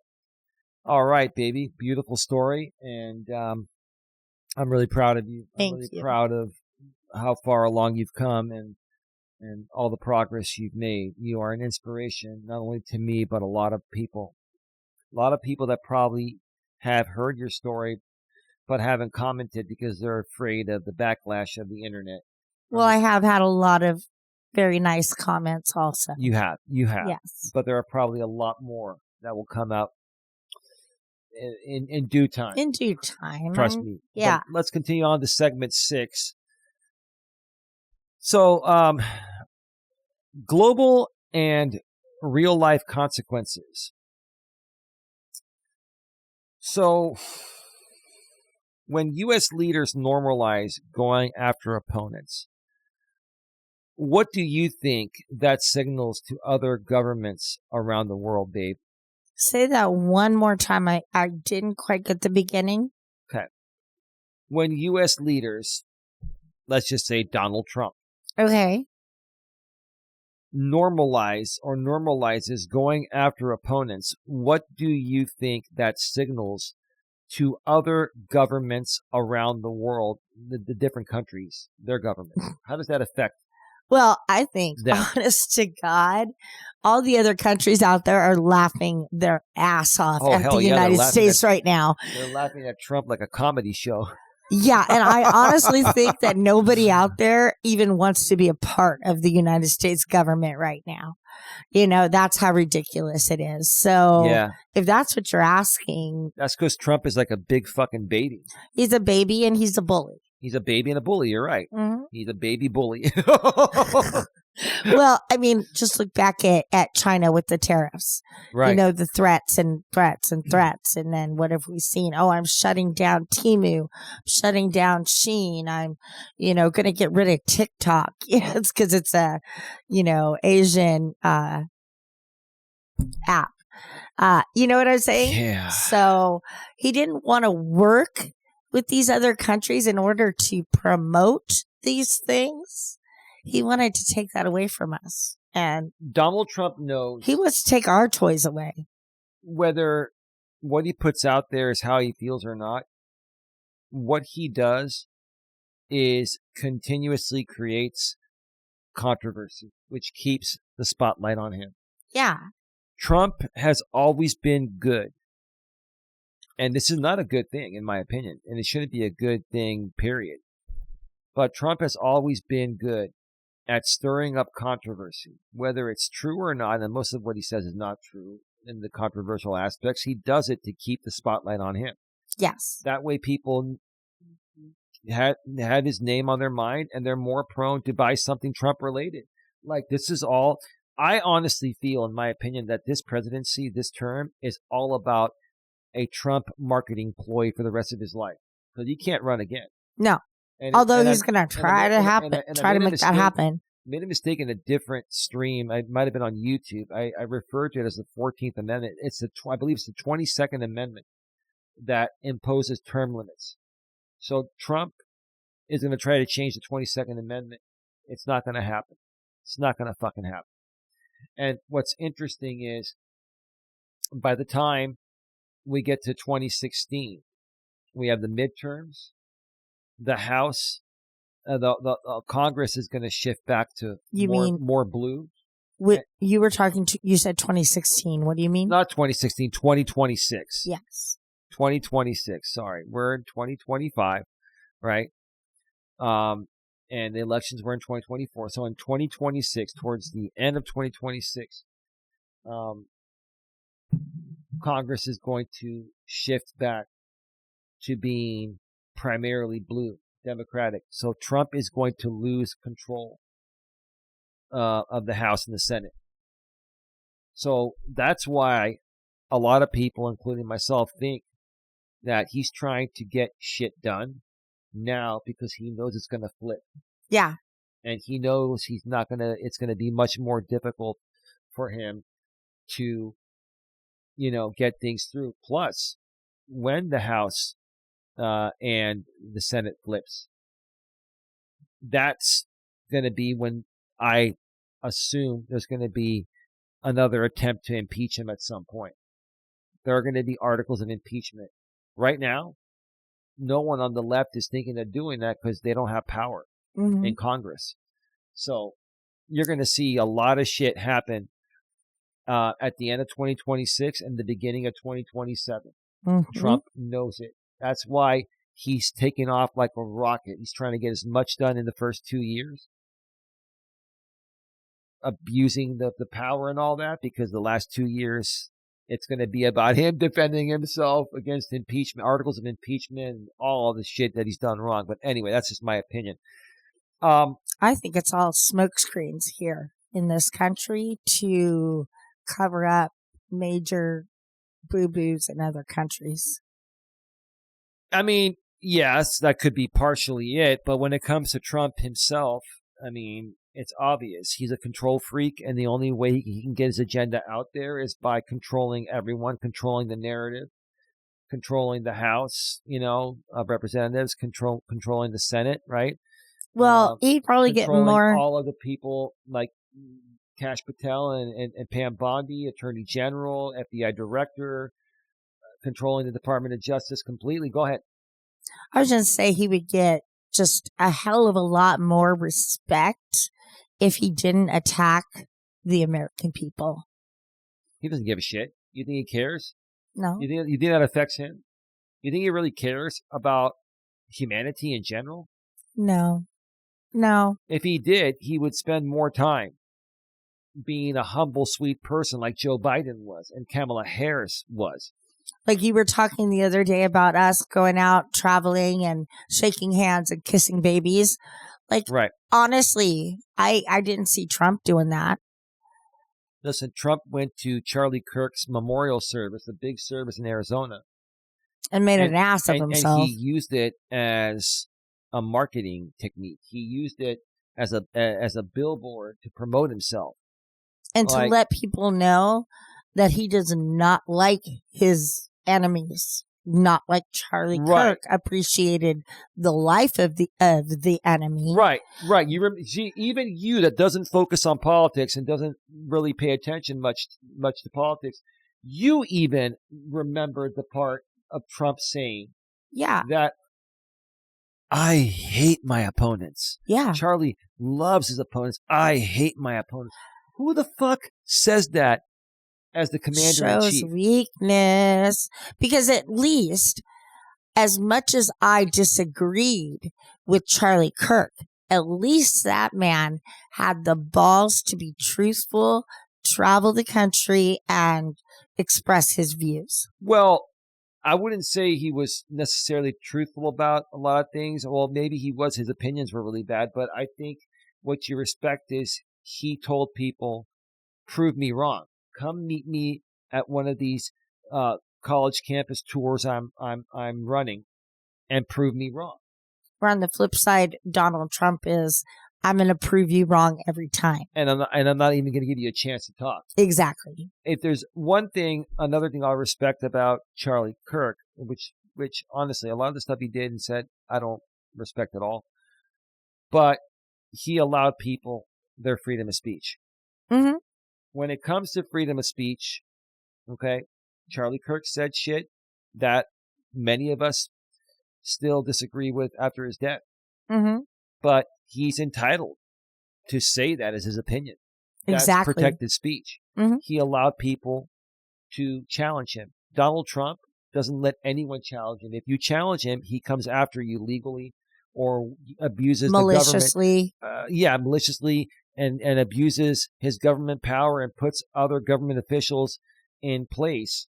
So that way he can weaponize those people he put in place, like Pam Bondi, the Attorney General, and Kash Patel, FBI Director, to basically go after his opponents. Mm-hmm. Maliciously, right? Now, the people that he's going after, I wonder if they have a malicious prosecution case. Like Comey and the rest of them, right? Letitia James, all of them. Will they have grounds for malicious prosecution? Or is it just, does Pam Bondi have immunity and Kash Patel have immunity because they're in high governmental positions, like we were talking about earlier? Mm-hmm. It's going to be interesting to see how this whole thing plays out. And quite frankly, it's the biggest drama shit show I've ever seen. Like our government right now, has more drama than The View, right? Like more drama than General Hospital. More drama than The View, General Hospital, and all the other soap operas that still exist, right? More drama than all the reality shows that are on. I've never seen so much drama. And it's instigated on purpose because Trump has his agenda to line his pockets and line other oligarchs' pockets before he gets out of office and set them all up for the rest of their lives. It's just ridiculous. But anyway, let me ask you a few follow-ups here. How does this trickle down into people's everyday lives, friendships, families, workplaces? How does this affect just our everyday life, babe? Well, I think in everyday life, it's made it more of a social judgment, I guess you would say, where before people could work together, and if people didn't talk politics with each other, they didn't come up. People didn't have reasons to argue. Okay. Mm-hmm. But now with everything being so up in your face with all the drama, that's what's drawing in the Americans.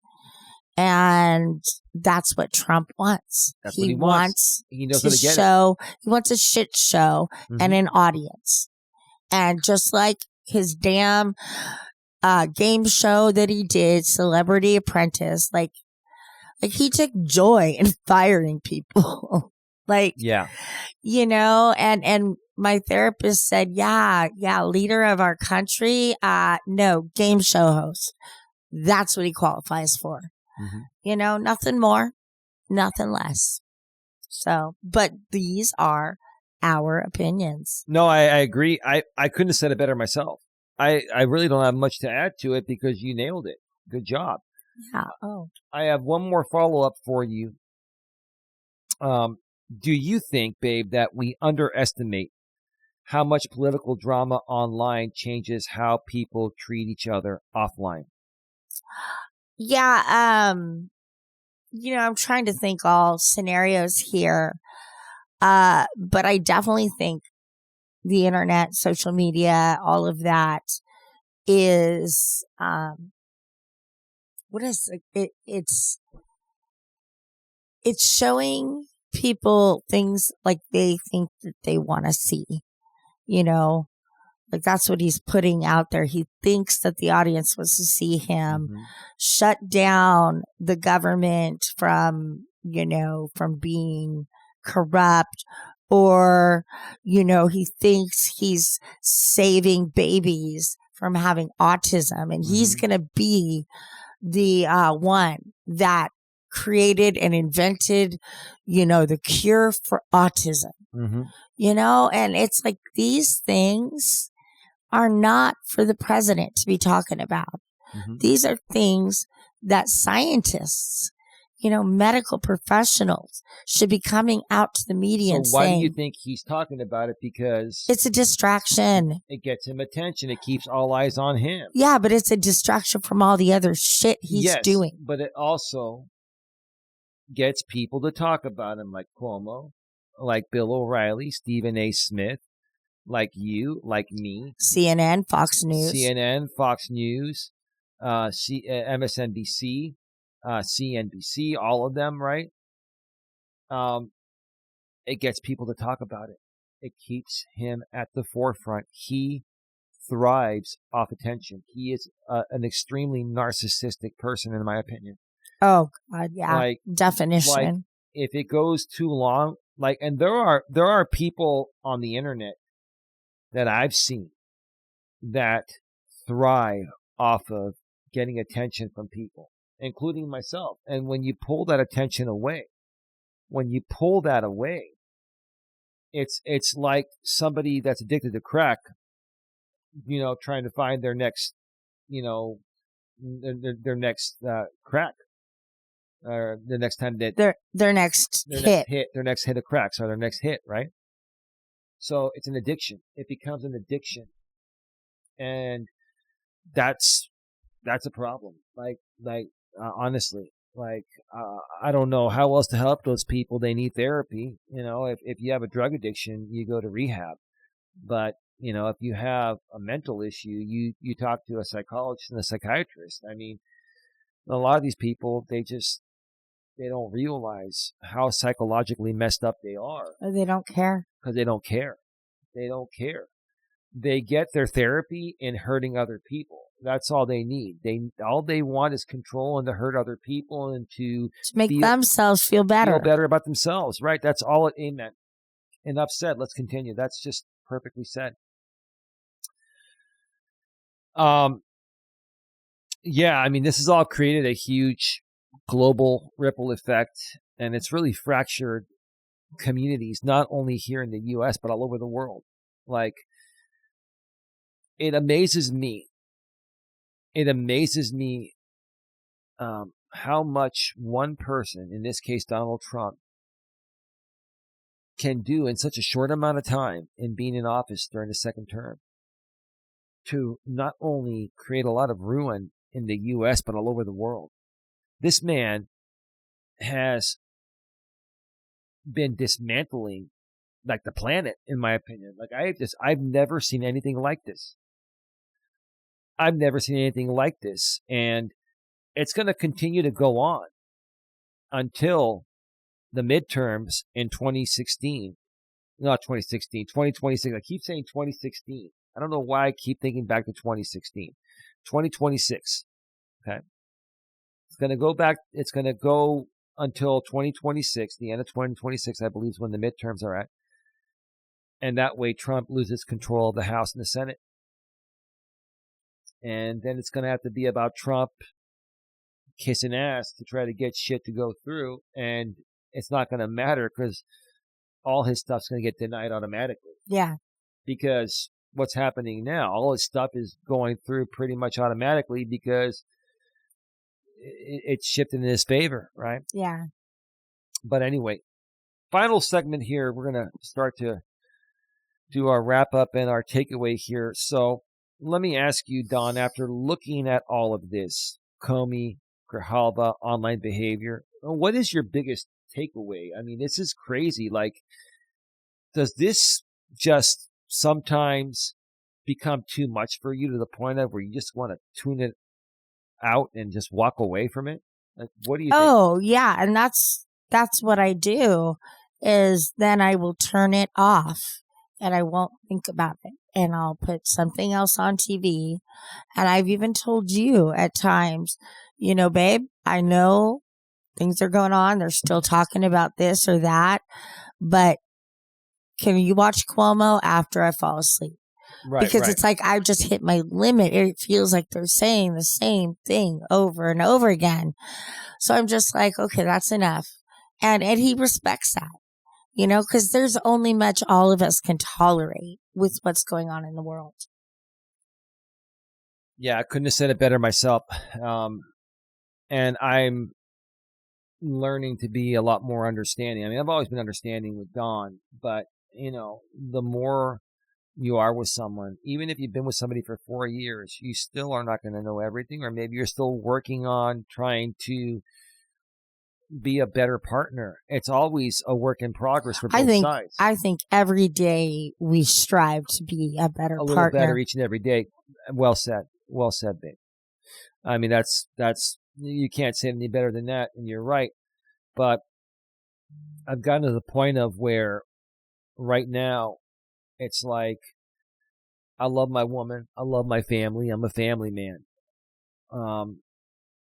You know, for me, what makes me happy is their happiness first. Like, yes, I do take myself into consideration. I'm not trying to put myself last or anything like that. But when it comes to my mother, my brother, my aunt, my lady here and all that, I put them first. Because what makes me happy is seeing them happy. My happiness in life, and this is how I feel most people should be if you want to be a good human being and have a kind heart and soul like Don and I have. My happiness stems from other people's happiness. Mm-hmm. When my woman is not happy, I'm not happy. No, I'm the same way. I mean, it's stupid. It's stupid, but I will watch a competition show and then when that person wins, I get overflowed with emotion for them because I've traveled that journey, you know, I've learned a little bit about them. And then it's like when they get there, I'm emotional and I'm happy and I'm crying like they were my family, you know, it's like, but that's who I am as a person. I'm not telling anybody else to be that way, but that's what makes me feel good as being, you know, in Dawn's body here. You know, that's what Dawn likes. Absolutely. Let me just say this and then we'll do final thoughts. You know, when politics fuels the drama, reason takes the hit.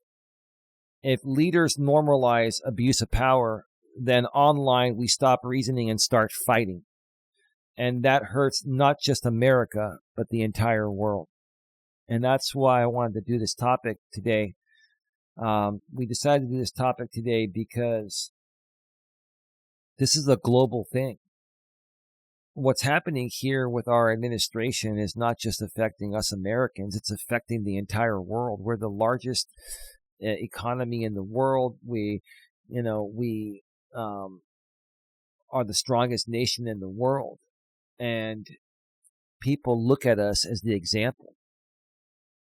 And I just am ashamed of the example that we have in office right now.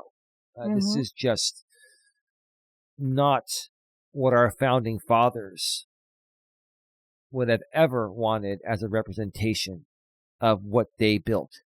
Well, go ahead.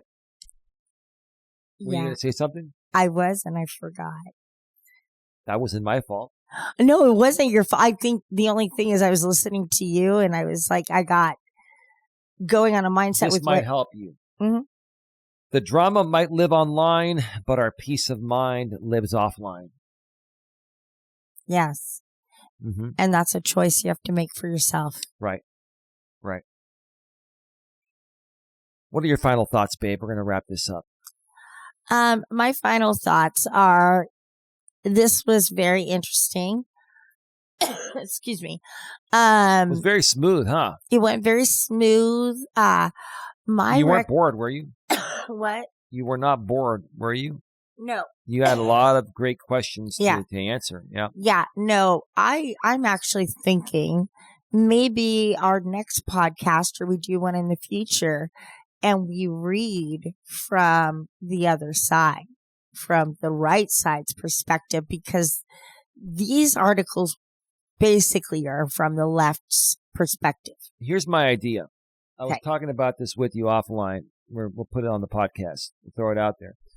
Our other two GNA executives, Sandra Palacio and Tia. Sandra's our director of public relations. Yeah. And Tia's our director of special events. Yeah. And they're both conservative. They both voted for Trump. At the same time, they've said there are certain things they don't agree with Trump. And they're very reasonable.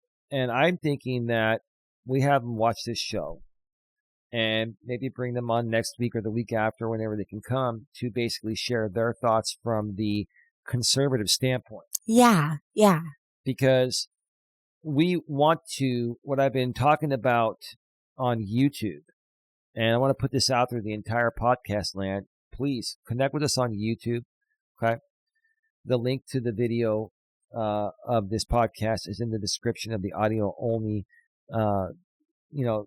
arena, wherever you're listening to it, audio only.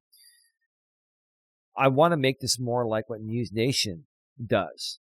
I want to make this about being reasonable with people, whether you're on the left or the right or down the middle, right? Be reasonable. We focus on being reasonable and respectful, and when we can't agree on things, which maybe more often than not, we can respectfully disagree, right? Yeah. Right? And that's why I don't want people out there thinking we are just going to push what we feel on you as part of this show.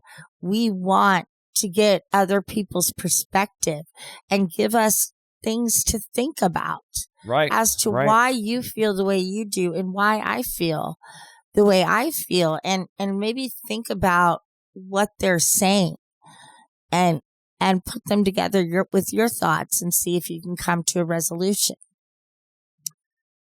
Yeah, no, absolutely. Absolutely. One more thing before we wrap it up, baby. Did you see our background today? Yeah, God bless America. What do you think about it? They got the stars up there. You've got the stripes. Stars and stripes along the side. You've got a wooden floor that's red and white on the bottom there. You know, it's kind of like a wooden deck outside of the house, right? That's pretty cool there, huh?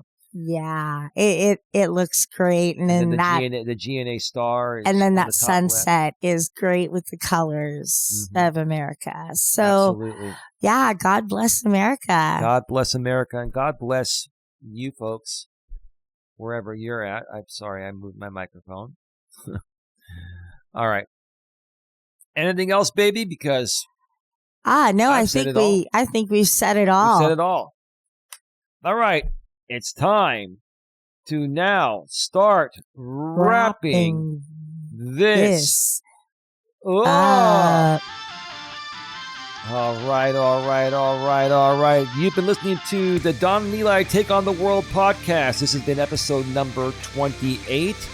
And our topic was when politics fuels the digital drama. When politics fuels the digital drama, right, baby? Yes. Right. Now, one more time for you folks, because I need to get my lady involved in this. If you're listening to us on the audio-only network, such as Apple, Spotify, Amazon Music, or my lady's favorite, iHeartRadio. What's that again? iHeartRadio. One more time. iHeartRadio. iHeartRadio. We're also on Amazon's Audible. We're also on YouTube's Music, and even the rest of the unknown and not as popular audio-only podcast, sites. You can actually check out our video version by clicking the link in the description section of wherever you're listening to this audio only. So click on that. That'll take you to our main channel on YouTube, GNA, Genuine Personal Development, short for January Networking Association. Make sure you subscribe, bang the bell, select the notifications so you don't miss anything. Then go over in that description section of that video. A couple lines down, you'll see the link to our secondary live streaming channel, GNA2, Genuine Live Personal Development. Make sure you subscribe, bang the bell, select the notifications so you don't miss anything, because I do walking streams there, if not daily, almost every day. They're informal shows with a topic, but they're more informal, and we answer questions. Sometimes Dawn joins me on those walks. She hasn't in a little while, but you'll be back very soon. Yes, because that was cleared with the doctor. Right? Yeah. So that is that. But with that being said, it's time now to go. Have a good one. Take care. And as always, what, baby? Be good to each other. Be good to each other.